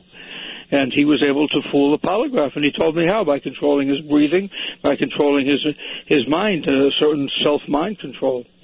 That's the only two plausible explanations. But you raise a good question. But this is a private document, though. It's not for the public. It was a private contract between Lutz and Weber, so the public wouldn't know about the polygraph test. It was solely in the contract. It just makes no sense. It's like if I call Stephen King and say, hey, Stephen King, I want you to write this fake book about ghosts. And he says, okay, and I say, and then I want you to do a polygraph test claiming the story is real. And if you fail the polygraph test, which we all know you will because we're making the story up, then you lose out on all the money. How about that? Doesn't make sense. No, it doesn't, but nothing in the story makes sense, frankly. Very little makes sense. There's no reason to doubt Bill Weber either. I mean, you can go either way with it. The truth is you can. It's a left hand or right hand. Which way do you want to go, left or right? I mean, I can't argue with you. George Lutz, I know, was caught in a number of mistruths over the years. That doesn't mean that the whole thing is a fraud, but it was. Also, George Lutz, also, just to the caller, George Lutz breached the contract. He simply sold the book rights. He sold the book rights out under Bill Weber. So that was a fact. Weber had to sue to get a settlement. That's right. So you're saying the same thing. They had no contract. No, nobody said they did. Well, you would never have a contract outlining a fraud. No, it's word of mouth. You'd have a handshake deal at best. Handshake, that's right. They never said they had a contract. Also, go ahead, caller. Why did Weber take so long before he came up to it? You even said in that interview, which I read in Kaplan's book, you asked him, why sue now? Why didn't you sue at the beginning? And Weber's answer was, well, they didn't have money back then. I'm suing now because I can get money now. That makes sense. It really sounds like Weber. Does that sound like a lie? After the money. Well, is that very well confession, or is that just him Is that a confession by Weber that he was in on the hoax, or is it him just wanting money and pretending there was a hoax? No. There was a hoax, but he wanted the money. There's nothing wrong. You couldn't want the money from a hoax. I mean, why does a woman sue a husband who's very, very wealthy as opposed to one who doesn't sue the husband because he has no money? I mean, it's the same thing. Hey, listen, you just made $1 million. I think I'll sue you for some of it. That's all. He admitted it. I was surprised myself when I read the transcript, because I never heard the interview. But when I read the transcript, it was very interesting to hear him say, well, he didn't have any money, then what was I going to sue him? Oh, come on. It's usually the first thing lawyers think about. Is it a good suit? Yeah. Well, if we win, do we make anything? If not, it's not worth it. That's correct. So that's not surprising. Weber also had a few different things. When Weber said he came up with the slime story that was in Anson's book, first he said the slime was just the fingerprint powder. That's right. That was, I think, in your interview. Then that's right. Later on in 1988, he said the slime came from spaghetti sauce that the DeFeos spilled against the wall. What's the difference? What's the difference is it shows that he can't remember the truth. I mean, if he came up with a story, he's coming up with two different versions of how he came up with it. I mean, what's the truth? The truth is you got to look at this. That's the trouble with lies. You got to remember them accurately. Exactly. What you just said, that's the trouble with lies. And this is showing that Weber's lying, doesn't it? So who are you going to believe? That's up to you, because, frankly, I told you the Warrens, Lorraine and Ed Warren, believed that the story was true. Steve Kaplan did not. William Weber confessed that it wasn't. Yeah. But you said the Warrens believed that based on a seance. Sorry, but that casts a little bit of... Based on a seance, that's correct. Based on a seance, and what they said was, quote, their investigation. They said they'd been in the house more than once, and between that and the seance, they believed it was true. Now, where they got that information from otherwise, how can I say? I can only tell you that William Weber was able to talk on the air with me, and then he went to court, and he had to swear under oath. I assume that he swore under oath that he was telling the truth, because they made an out-of-court settlement. Beyond that, how can I say what happened? I'm a reporter. I can tell you the story. I had the only interview with Bill Weber, except for the woman from the Associated Press, and he told us both the same thing separately. That's it. What I don't get out of all of this is how Weber escaped the bar, through all this. I mean, when you consider... Because this wasn't a part of his legal practice. Because he was defending DeFeo. Yeah, I get that. Right, and so George Lutz comes to him and basically says, look, I can't afford this house. I'm going to lose this house. Yep. I overpaid. This is the end for me. So together, they cook up this story that the house is haunted because what they're going to do is sell the story. Right, I get it. It does two things. It theoretically, he can say, well, DeFeo, the devil made me do it. And for Lutz, they're selling a book, and Weber and Lutz are going to split the proceeds of that book. All right, and I'm not an expert on bar rules, but I really think that a lawyer concocting a story with somebody involved in a case he was a representative in, seems to me that that's you're out of here kind of stuff. Well, that was his defense. What Bill said was exactly the way he defended himself, because I had talked to him privately as well. Not really. He wasn't saying it in the context of the legal case or the courtroom. He was doing this above and beyond, somewhere on the side. So there was no problem until there was money. This was a book deal. This is really all it was a book deal. Nothing more than that. A book deal that Weber never said that the Lutzes. Weber never claimed that the Lutzes said about their mortgage or anything like that. In fact, in your interview, Joel, Weber says that the Lutzes came to them first and said, we're having problems with this house, and we think it might affect your client.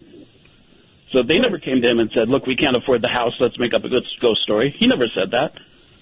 Who said he did? He just couldn't afford the house. You just said he had economic problems. He had troubles paying. That house at $80,000 now would not be expensive for a beautiful house on the water. In those years, that was a lot of money because $20,000 and $30,000 got you a good house. Yeah, so that you're saying the same thing I'm saying, I think. Yeah. I'm sorry, Joel. It's not you. The other guy said that he went up to Bill Weber and said, the other guy is Bill. Our house, blah, blah, blah. Yeah, the other guy is me. And in fact, Lutz was having economic difficulties. Right. He was having problems. That's what we're saying. And he needed an He out. didn't go up to Weber. And Wait a minute, guys. Wait a minute, guys. I was just sent a very nice gift, actually, from somebody. It's a gavel, and everybody was just going at it. So, order in the studio, one at a time. That's actually a gavel. Thank you, by the way, James Tim Cheney, for sending it to me. Sounded pretty good, right? Sorry, I just wanted to make that quick point. Okay. I just wanted to make that quick point that he didn't actually say that, and that Weber didn't claim that in the interview that Joel did. Sorry. All right. Okay.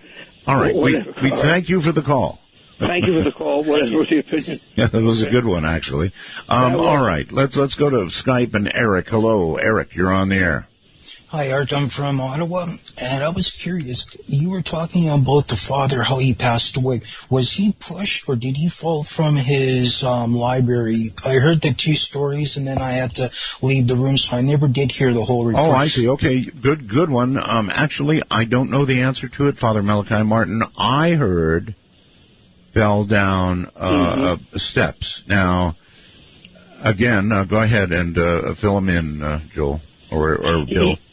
Yeah, Bill would, I guess, say what I say. He either fell down steps or was pushed from steps. He either fell off a ladder or was pushed from the ladder. That's the problem. We don't really know because nobody was apparently in that apartment except his lady friend and himself that day, and there was nothing inappropriate about that. And he was looking for a book on a high shelf. Now, did he go off a ladder? Did he go down the stairs? I have heard both versions. It's one or the other.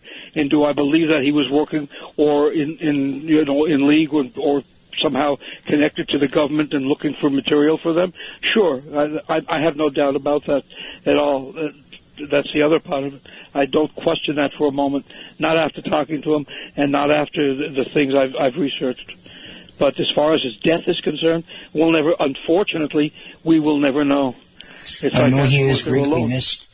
Living in Canada, we have a Dr. Hamilton that used to live in Winnipeg back in the 20s and 30s, and they did a lot of paranormal research. And in Winnipeg, it's a really big thing out there. And then in Toronto, there was also, the Philip experiment, 2 really cool stories in Canadian history about I know a lot paranormal. about the Philip experiment.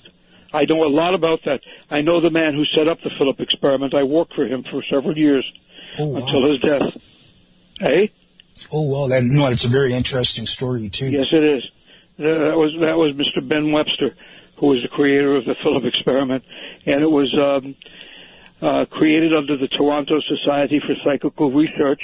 And what they did is they created a ghost that didn't exist, and then they asked the ghost to do things, and the ghost actually was able to function and move furniture around and actually affect change.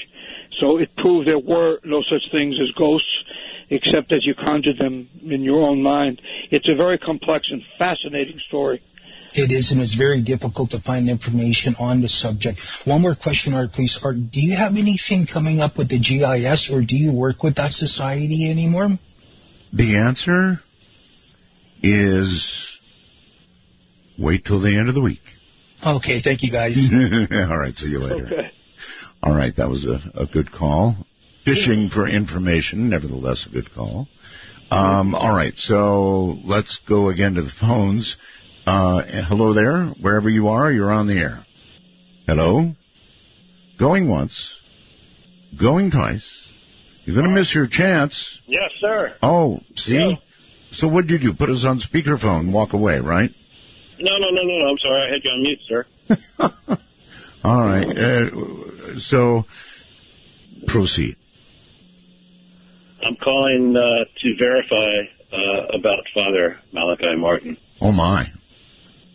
Okay. Yes, I have been on the other side back in the day. I'm retired now. But what they're saying is very true. Bill and I have crossed paths before. Joel never, but Bill and I have. And It is very, I just want to substantiate that it is true. I've been associated with a couple of those three letters. Let's be clear. You're saying that Father Malachi Martin, and you know this from personal, you know this firsthand, you're saying, right? Yes, sir. That Father Malachi Martin was doing work for the CIA. Yes, sir. Any questions for him, Bill? Well, Bill, I mean, I belong to an organization, and it's a three-letter organization of retired spooks, so to speak. We meet in Washington, D.C. every September, and the founder of the organization passed away about 2-3 years ago. GW was his initials, so Bill can recollect that. And if he knows Andy Grimes, he can put two and two together. But it's definitely true, sir. What a night. Bill, you know what, Art? Yes? We're talking about, I used to listen to you in the mid-'90s when you were interviewing him and had suspicions back then, but just couldn't put two and two together. Yeah, it probably would have been one of my last guesses for part-time work for the Father. Well, no different than Al Sharpton and a lot of other, political figures. Yeah, didn't you have movie stars during World War II who were working in secret for the government that way? And who was the TV cook who was doing it also? The one that Julia Child. Julia Child? I mean, who was? Well, the Gong Show guy, right? Oh, yeah. Sure. That's right. Yeah, I actually interviewed him. And he made that claim. I know. Yeah, he did. Yeah. So it's not unheard of.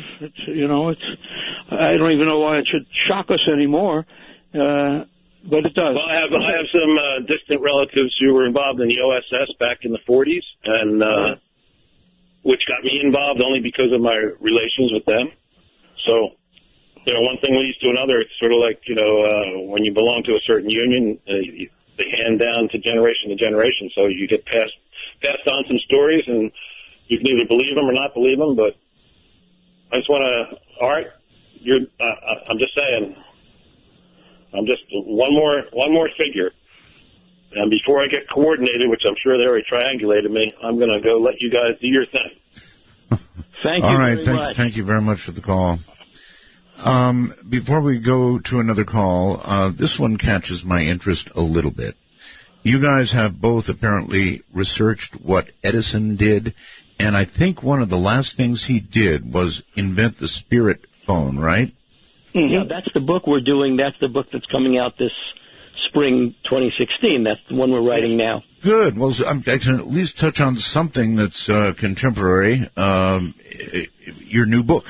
So tell us, Edison thought that, how did that start out? Did Edison suddenly hear something that was to him suspicious from the other side, or how did it happen? We're looking at this from three possibilities. Joe can certainly talk about the history of this thing. Edison was, after the Chicago World's Fair, after Tesla showed that his theory of alternating current was the superior theory. Still argued.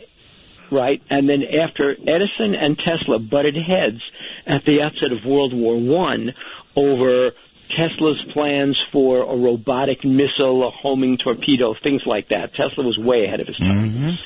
So Edison deep-sixed all that stuff. Finally, in the last decade of his life, around 1920, this is after the great age of spiritualism that Joel is the expert on. Edison saw the potential that he thought that if human beings were simply collections of subatomic particles, if that's what we were, he was very influenced by Max Planck. He thought that if we were simply collections of those, maybe a constellation of those particles would have some form of consciousness, some form of sentience. So his idea was... Theoretical at first. His idea, yes, but his idea was that he would fire a particle beam against a target. And if some collection of subatomic particles crossed that particle beam, that would register on a meter. And if he could prove that this thing was some kind of a constellation of particles, maybe he could get that thing to respond to yes or no questions. So he conducted this experiment in which he had a number of trance channelers and mediums.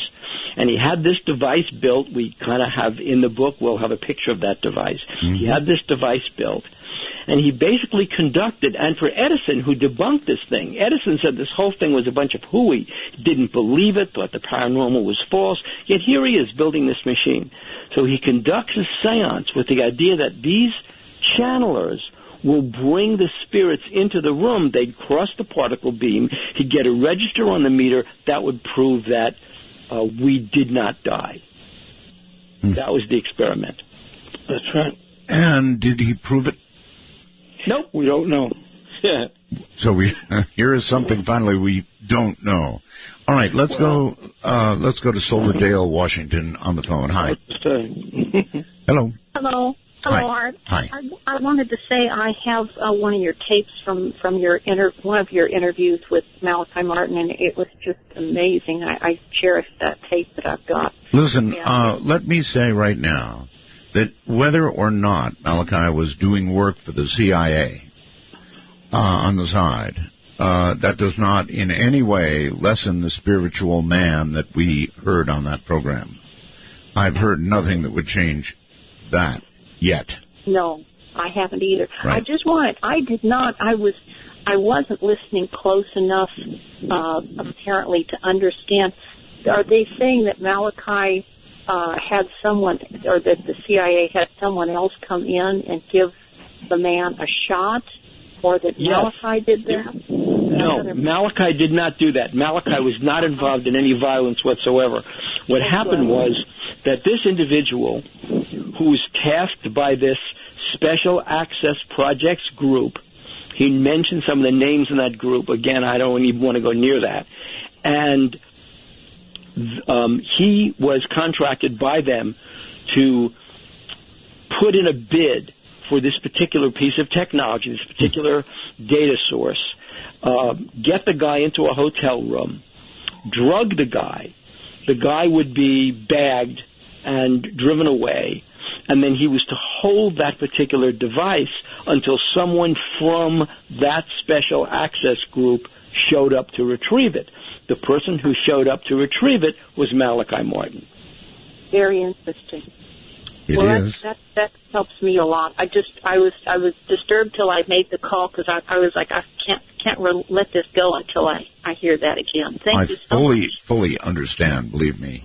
Again, our public number, folks, is area code 952-225-5278. And if I could, Joel, when you're not speaking, you're kind of breathing into the mic. So just when you're not talking, Joel, just hold it away from your mouth a little bit. Okay. All right. Good. So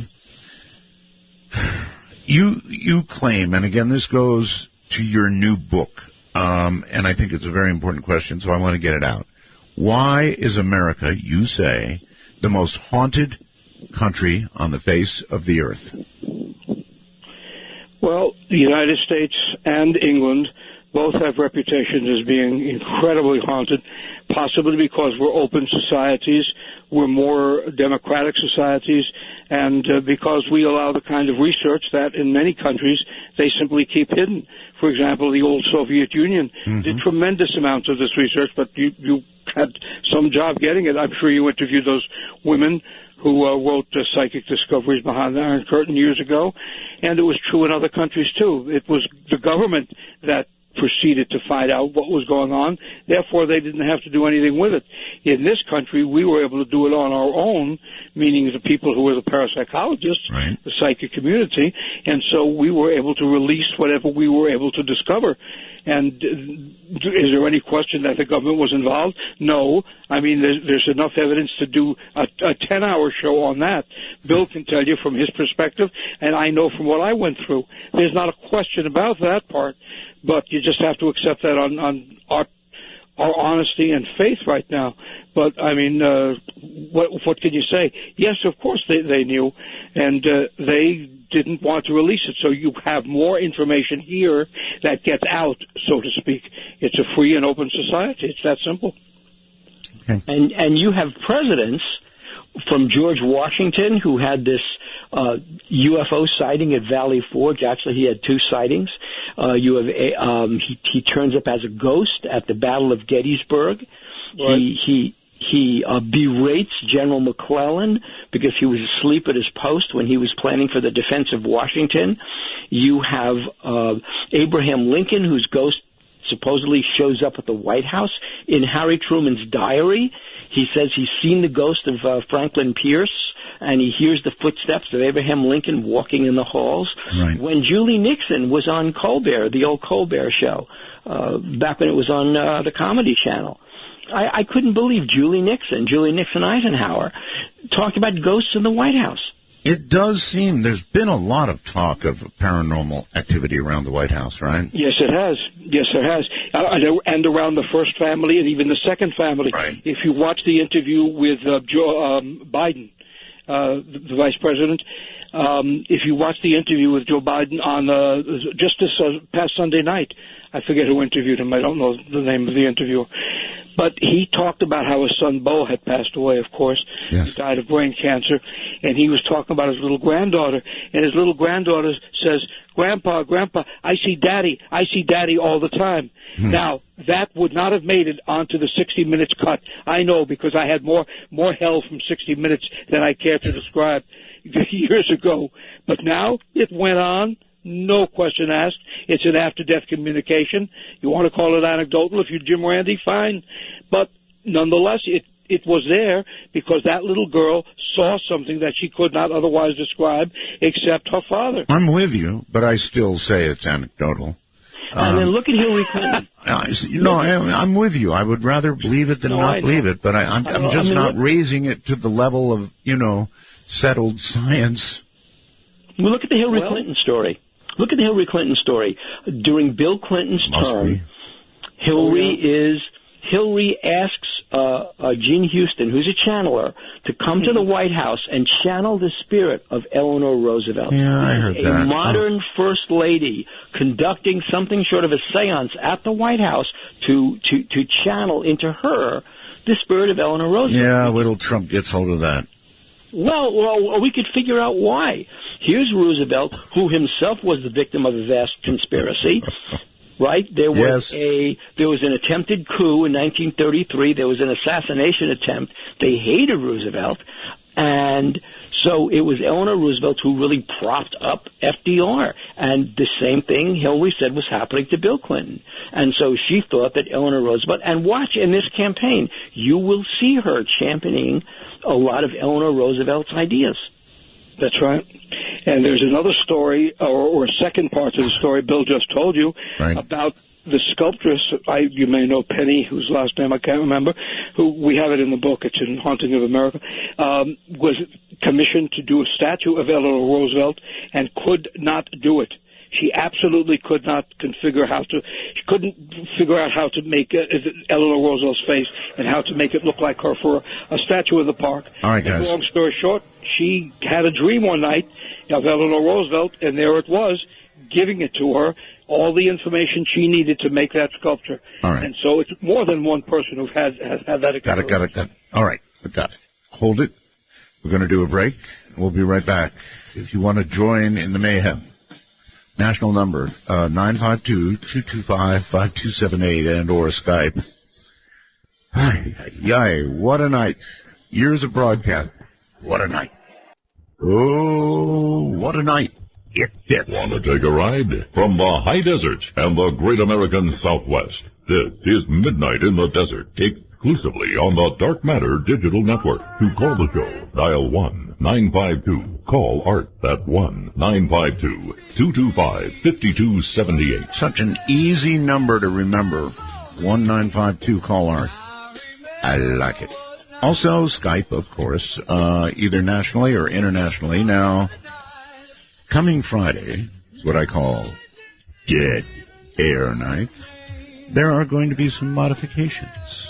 And we're going to do the cream de la cream of the ghost stories, a few of them only, and then we're going to mix it up with something else this year.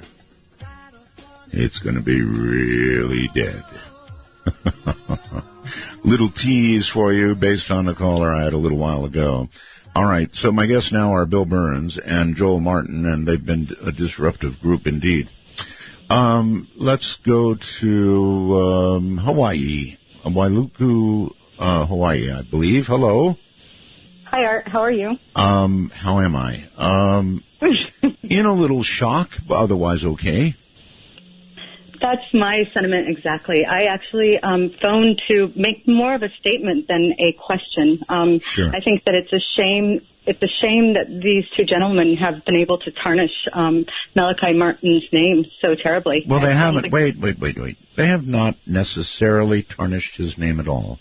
That he may have had communication with the CIA or even done something for them doesn't tarnish the spiritual side of Malachi, not in my opinion, anyway. Oh, not at all. Sounds like reverse CIA operatives on your line right now. You know? That could be. I don't rule it out. I think Bill sounds a little CIA, frankly. It's nice to have you back online and on air. Thank you. I've enjoyed you for years. Uh-huh. Thank you. Aloha. Okay. Yeah. Aloha, Art. Take care. Bye. All right, so Bill, how about it? No, I'm not in the CIA. I did work for the Department of Justice a million years ago. I was part of a team. You're not in the CIA? No. You're going to have to prove that. Oh, can you prove it? Prove a negative, but I did work for the Department of Justice as a data analyst, examining how local police departments and municipal police departments used the computer technology that the Justice Administration gave them to track serial killers. That was about 20-odd years ago. And I worked with the DEA in training banks in anti-money laundering. So there you are. You're not exactly unfamiliar with three-letter agencies. No, I am not. All right. On Skype, you're on the air with these two guys. Mr. Bell? Mr. Caller? Good evening. I hear you. You're a little loud. You're really loud, so back away a little bit. Oh, sorry about that. I'm using the village computer. It's still all new to me. I had a question for the caller in regards to Father Martin. Well, you're the caller.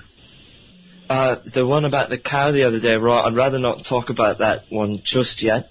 Needless to say, she still won't get off the barn. But tonight's topic about Father Martin. Yes. If he's a religious fellow, and if he's such a spiritual fellow, why would the CIA send him to pick up alien technology? It just seems a little bit silly to me that they would send a Catholic spiritualist to go pick up something that could possibly shatter his faith. I was wondering what the two guests might have to say about that. Others might say the perfect cover. Yeah, well, first of all, our theory is, and this is what this one person did intimate to me, that one of the reasons that Malachi Martin left regular orders is that he was recruited, and that the CIA isn't just a bunch of people that this person on television, played by Claire Danes. They have their links into far more organizations, far more governments, even the papacy, than most people realize. I mean, and it's not just the CIA. The Russians have it, so do the British. There is I hate to use the word huge, but there is a huge network of interconnected intelligence gathering agencies. I met another person who, I forget whose brother he was, but he also worked for the Defense Intelligence Agency. And one of the things that he said to me was that we were talking about Malachi Martin, but he said that the network of interconnected intelligence agencies is vast. It's like a neural network. And the papacy is involved, the monarchs are involved, and the church is involved. And he said it's just not that insular as you think it is. All right. To Colorado Springs. Hello. Hi, good evening, Art. And I just wanted to make a comment. I so appreciate you, Bill Birnes, and Joel Martin, because each in your own way are searching for the truth. And you've done it on other shows, Art. I've heard Bill do it, and I've heard Joel. And I just really appreciate a talk show host in the paranormal world that seeks out truth. Well, thank you. On behalf of Bill, both of us, thank you very much. I don't, if you're not looking for truth, then what the hell are you doing? Al on Skype, you're on the air. Hi there. Hi. Okay. So basically my question is about the Amityville case. Okay. I saw a documentary years ago, and can you still hear me? Sure. Okay. Sorry, I heard an echo. Okay, so I saw this documentary, and basically, so the family was murdered in their beds, right? Yes. And now, if that's the case, one would think that maybe they were drugged. And certainly after the first shot went off, there would have been panic. When the coroner did their analysis, they didn't find anything in their systems, in the bodies. And also, in the neighborhood, not one neighbor heard the shotgun going off multiple times. And it's just really weird. Okay, let's see what Bill has to say. He was actually there.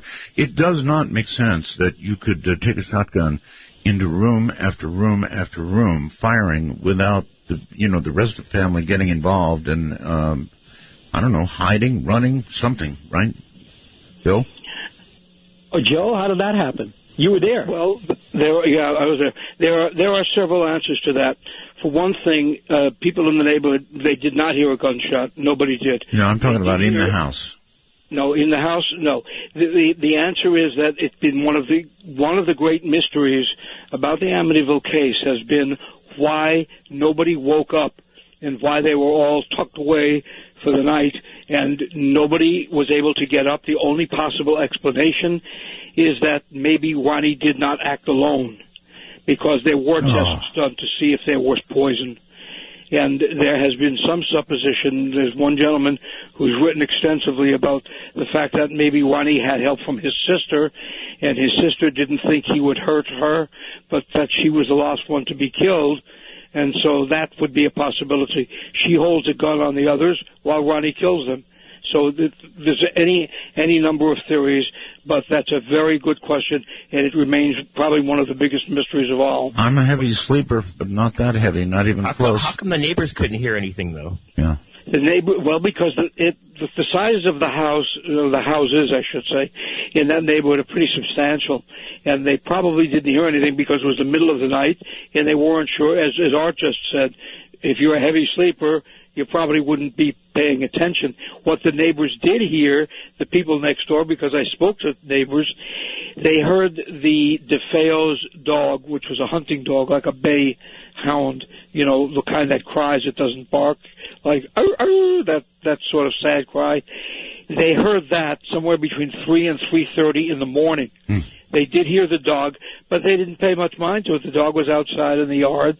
It was November, but it was not bitter cold, and that's where the dog was. As a matter of fact, the idiots who made the movie were actually so foolish.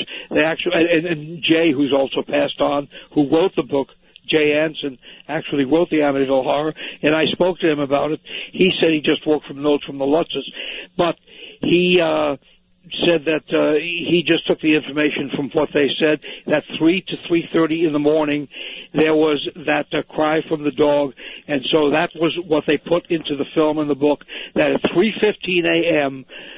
George Lutz would jump up out of his bed because he heard something spooky or something scared him. That's where they got the 3:15 from. They got it from the report I filed the next day for United Press. And it was just totally erroneous because medical examiners, as Art knows and thousands of people know, or millions, medical examiners don't give you an exact minute time of death. Very rarely will that ever happen. Despite what TV tells you, that is true. Outside the country, very quickly, Michael, you're on the air. Hi, Art. Hello. Using Malachi Martin as the CIA asset in regard to picking up this artifact makes absolute sense. He was an ancient language specialist, for a start. Yes. He's also an ancient history specialist, and these intelligence agencies use specialists very, very well. So you're not surprised at all, huh? But also, he was a Jesuit. Yes. And he was also effectively an occult specialist too. So if there's any bleed over into this area, he was a perfect man to not just go up and pick it up and move it. He wasn't just being a courier. He would have verified what he was picking up when he picked it up. All right. Where are you, by the way? I'm in Newcastle, England. Okay, well, thank you for the call. And yes, it's a good point. I mean, really, in a lot of ways, if you think about it, he would be the perfect person that you would never in a zillion years expect. So I guess I'm not surprised by that. Going to the phones, Cheshire, Connecticut, is that right? Art? Yes. You're my idol. You're my idol. Thank you. Thank you. I wanted to help clarify some of the details surrounding Malachi Martin's death. Go ahead. I met Malachi at Ed and Lorraine Warren's house. We went to a diner either the next day or that night, and he did fall down the stairs there. I don't know if there was confusion about that one. I don't know if you mentioned the movie that's coming out, Hostage to the Devil. I'm in it. The same crew came to my house. I'm in it also, so we're connected. All right. Anyway. I had the producer and the man that was friends with Malachi for the last 10 years of his life and personal driver on the show, and he admitted for the first time anywhere that Malachi was reaching for a book. That's the story that's believed. He was on a stool, and he felt he was pushed off the stool, and he called his friend and confided in him that said, "I was pushed off the stool, old scratch finally got me." How would he know this first person, since the only person there, according to Bill and company, is that the female that he was associated with? According to my friend, who I'm not sure if I want to give out his name, I'll give it to Art. No, don't give me his name. But he works for a place with 3 letters in it, and I'm not sure if he wants me to give his name, but he was his personal driver, and that's all he did for him, as far as I know. I see, but according again to the gentleman that I have as guest right now, the only person present was the female that Malachi was associated with. Is that right, Bill? That's what Joel said. Yeah, or Joel, either one of you. That he was alone. Yeah, he was alone in the apartment with a friend of his who was a lady. So right, and the phone call he made was to my friend from the apartment. I see, and that was after he fell? Right. That's the story I have. All right. Well, thank you for giving it to us. I don't know what to make of it, but there you go. Sean, on Skype, you're on the air. Thank you for taking my call. Sure. I appreciate it. Yep. You have a very interesting guest. However, I have a question. Are you familiar with a temple called Göbekli Tepe? Tempe, Göbekli Tepe, sure. The one over in Turkey. Yeah, it's actually in a Kurdish region of Turkey, in eastern Turkey. Right, we're very short on time, caller, so. Would you consider doing a show dedicated to that Sumerian region? I would consider that, yes, but again, that doesn't exactly relate to what we're talking about right now. I'm sorry. Back to the phones. You're on the air. Hello? Hello. My name's Tom. Pardon me? Tom. From San Jose. Okay. Okay, thanks for accepting my call. Okay, I only have one point. I like to say that, well, I hope that a lot of people buy this man's book, and then remember, being fascinated by the talk show is one good part of the nighttime audience, but it's important to also read out loud the book, because the book's going to prove that the listener is also truly involved in the understanding of whatever speculation regarding any theories out there. It's just important to read the book, too, because the book's going to entertain in a different way. I'm sure they hope that everybody will buy the book indeed. Red Oak, Texas. Hello, you're on the air. I think you're on the air. Let me make sure of that. Red Oak, Texas, you're on the air. Hello. Can you hear me? I do. Mr. Art Bell, I'm so glad you're back on the radio. Thank you. I was just calling about, I saw a documentary with Ronnie DeFeo, and he claimed that his sister did help him, and that's how everyone was killed in their beds. And he claims that she committed suicide after the shooting. Gentlemen, are you aware of this? The documentary? Yeah. I'm not aware of the documentary, but I'm aware of that theory from somebody who told it to me, that Dawn, his sister, did help him, and that she may have taken her own life, or if Ronnie didn't kill her, she did it to herself. It's a matter of opinion. Wow. The trick would be to look at the medical examiner's report of the sister's death, because if she had powder burns on her hands, then it would be likely that she committed suicide by gunshot. Right. Okay, caller, so maybe something to it. Yep. There are lots of theories. Okay, I don't know what to say to you guys. What a night. Oh, man. What a night. I need recovery time. So your book is The Haunting of America, and as a caller suggested just a moment ago, you might want to buy that and be entertained by how very haunted we are. Anything else you guys want to get on the air very quickly, because we're out of time? Very quickly, look for our Tom Edison book in the spring and the Haunting of America series, Haunting of the Presidents. And just remember, when you're dealing with the paranormal, it doesn't matter which road you take. There are many. As long as you're looking for the truth, as you say, Art, the idea is to just search for the truth. And there could be many different roads and many different opinions. Yes, sir. And UFO Hunters Book 2 comes out in January. All right. Joel and Bill, thank you both for a shocking night. Thank you. Good night. Thank you. Wow. This one, this one I won't soon forget. From the high desert and the great American Southwest in all 25 time zones. Thank you all. Good night.